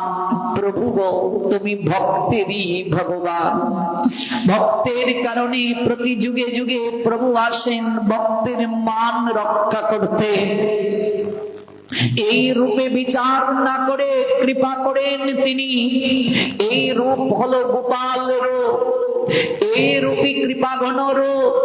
এই রূপেই তিনি আজ যশোদার বাৎসল্য প্রেমের দড়ি দ্বারা উদুকলের মাঝে বন্ধন স্বীকার করলেন। প্রতি বছর কার্তিক মাস আসে, প্রতি বছর কার্তিক মাস যায়, একটা চিত্রপট সামনে রেখে আমরা আরতি করি। যশোদা গোপালকে উদুকলে বাঁধলেন, প্রতিদিন প্রদীপ দেখাই। জানি না কজনের হৃদয়ে এই চেতনা জাগে। ওই চিত্রপট যেন আমাদেরকে ডেকে ডেকে বলছে, হে সংসারী মানুষ, তোমরা কবে যশোদার মতো তোমাদের প্রেমের রজ্জু দ্বারা আমাকে বাঁধবে? তোমরা কবে যশোদার মতো প্রেমের রজ্জু দ্বারা তোমাদের হৃদয় উদুকলে আমায় বাঁধবে? ভগবান বন্ধন স্বীকার করেন এই রূপে, এজন্যই তিনি শ্রেষ্ঠ। এই রূপে তিনি বন্ধন স্বীকার করলেন। তিনি যে প্রেমময় নবলক্ষ দেনু যার বাবার আছে, এরপরও তিনি ননি মাখন গ্রহণের জন্য চৌর্য বৃত্তির আশ্রয় নেন। এত চুরি নয় গো, ভক্তের নিকটে যেন প্রেমার ভক্তি ভিক্ষা করা। ব্রজগোপীরা বলছে, ওরে মাখন দেব, নাচ গোপাল। গোপাল নাচে, জগৎকে যে নাচায় সেই গোপাল আজকে ভক্তি আর প্রেমের লালসায় নাচেন। প্রতিদিন সেই গোপালকে আপনারা প্রণাম দিয়ে যান। ব্যবসা শুরু করেন, প্রণাম দিয়ে যান শিও শিও আলোয়ে। শুধু একটা প্রার্থনা করুন, হৃদয়ের আর্তনাদ শুধু একটাই হওয়া দরকার, পুতনার মতো মহাপাপী কেউ যদি তুমি বিচার না করে এত কৃপা করতে পারো, তোমার এই লীলায় আমাদের মাঝে একটু হলেও ভরসা জাগে, আমাদের কেউ তুমি বঞ্চিত করবে না।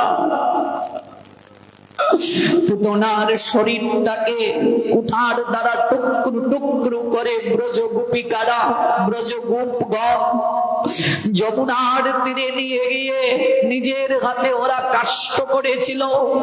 একটা রাক্ষসীর শরীর থেকে চন্দনের নিয়ায় সুগন্ধ নিঃসৃত হয়েছিল। সারা জীবন যে কচি কচি বাচ্চার রক্ত শুষে খেয়েছে, আজকে তার শরীর থেকে চন্দনের নিয়ায় সুগন্ধ প্রকাশিত হলো।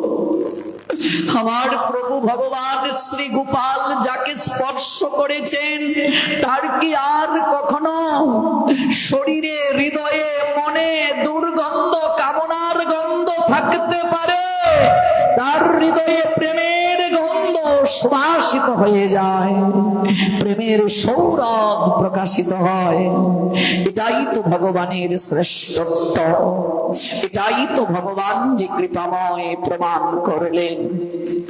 একটা রাক্ষসীর মনমনা ভক্ত, ব্রজের শ্রেষ্ঠ ভক্ত যারা, তাদের হাতে শেষ কৃত্য হলো, বাবারে এই যে পুষ্পের মালাটা, এই মালাটা যদি কোনো গণিকার গলায় দেয়া হতো, ওই গণিকা পুষ্পের মালায় পুষ্পগুলো মলিন হলে মালাটা যত্রতত্র ফেলে দিত। কিন্তু এই মালাটা ভাগবতকে দেওয়ার কারণে, প্রসাদী মালা, ভাগবতের কথাবাচক যিনি ব্যাসপীঠে বসেছেন তাকে দেওয়ার কারণে এই মালা গুরুত্ব বর্ধিত হলো। এই মালা যদি এখন কোনো ভক্তকে দেয়া হয়, তিনি প্রণাম দিয়ে গ্রহণ করবেন, মস্তকে স্পর্শ করবেন। এই মালাটা কি যত্রতত্র আমি ফেলতে পারবো? প্রণাম দিয়ে হয়তো ঘরে রাখবো কৃপার জন্য, নতুবা জলে বিসর্জন দেব। একই পুষ্পের মালা ক্ষেত্র বিশেষে মর্যাদা বেড়ে গেল। ওর প্রেমানন্দে একই পুষ্প, যে পুষ্পটা রাধারানীর কুফায় গুজে দেয়া হলো, ওই পুষ্পটার মর্যাদা বেড়ে গেল, যত্রতত্র ফেলা যাবে না। একটা পুষ্প কোনো প্রেমিক যদি তার প্রেমিকাকে দেয়, পুষ্প যদি মলিন হয়ে যায় যত্রতত্র ফেলে দেবে, কিন্তু এই পুষ্পটা যত্রতত্র ফেলা যাবে না। স্থান কাল পাত্র ভেদে মর্যাদা বেড়ে যায়। পুতনা যদিও রাক্ষসী কুলে, কিন্তু গোপালের সংস্পর্শে আসার কারণে, ব্রজ গোপিকাদের সংস্পর্শে আসার কারণে, মধুময় শ্রী বৃন্দাবনে দেহ রাখার কারণে তার মর্যাদা বেড়ে গেল। যাদের চরণ ধুলি দেবগুরু বৃহস্পতির শিষ্য উদ্ধব মহারাজ প্রত্যেক জনমে জনমে প্রার্থনা করার হেতুতে লতা গুল্ম হয়ে ব্রজের এক পথে এক পার্শ্বে পড়ে থাকার প্রার্থনা নিবেদন করেন, এক মুঠো ধুলিকণাকে হাতে নিয়ে প্রণাম দিয়ে কেঁদে কেঁদে বলেন, ওহে ব্রজ গোপিকার চরণ রেণু, সাক্ষাৎ প্রণাম দিয়ে ওই রেণুকণা আমার গাত্রে নেওয়ার সৌভাগ্য নাই। ব্রজ গোপিকারা জানে আমি দেবগুরু বৃহস্পতির শিষ্য, তারা জানে আমি মথুরানাথ গোবিন্দের প্রিয় সখা, এই জন্য ওরা আমার প্রণাম নেবে না। কিন্তু এই ব্রজে এসে আমার অনুভব হলো এই চরণ ধুলি প্রাপ্তির যোগ্য আমি নই। পাণ্ডিত্য দ্বারা, জ্ঞান গরিমা দ্বারা ওই মনমনা ব্রজ গোপীদের, ব্রজের ভক্তদের চরণ সান্নিধ্য পাওয়া যায় না। হে ব্রজ রেণুকণা, এই জন্মে তো আমার হলো না, আবার যদি আমার জন্ম হয়, আমি ব্রজের এক পাশে তৃণলতা গুল্ম হয়ে জন্ম নিতে চাই। বাঁশরিয়া গোবিন্দ যখন বংশীতে বাঁশির সুর তুলবে, তোমার মনমনা ভক্ত ব্রজ গোপিকারা যখন বাঁশির ধ্বনি শুনে কেঁদে কেঁদে মাতুয়ারা হয়ে ছুটে যাবে ওই রাস মণ্ডপে রাস বিহারীর চরণে মিলিত হওয়ার জন্য, আমি রাস্তার এক পাশে পড়ে থেকে ওই চরণ রেণুকণা দ্বারা নিজেকে আমি সিক্ত করব। দেবগুরু বৃহস্পতির শিষ্য ব্রজ গোপীদের চরণ রেণু চান, ব্রজের ভক্তদের চরণ রেণু চান, চরণ সান্নিধ্য চান। আজকে সেই ব্রজের ভক্তগণ ওনারা স্বয়ং রাক্ষসী পুতনাকে স্বহস্তে তারা যমুনার তীরে শেষকৃত্য করে, মুখাগ্নি করে অন্ত্যেষ্টি ক্রিয়ার মাধ্যমে জগৎকে দেখালেন ব্রজের মহিমা আর ভগবান গোপাল রূপের মহিমা। নিতাই গো শীতনাথে প্রীতি প্রেমানন্দে হরি বল। তাই আসুন আমরা ভগবান শ্রী গোপালের চরণে একটা ভক্তি অঞ্জলি ভজনের মাধ্যমে দিয়ে শেষ করব।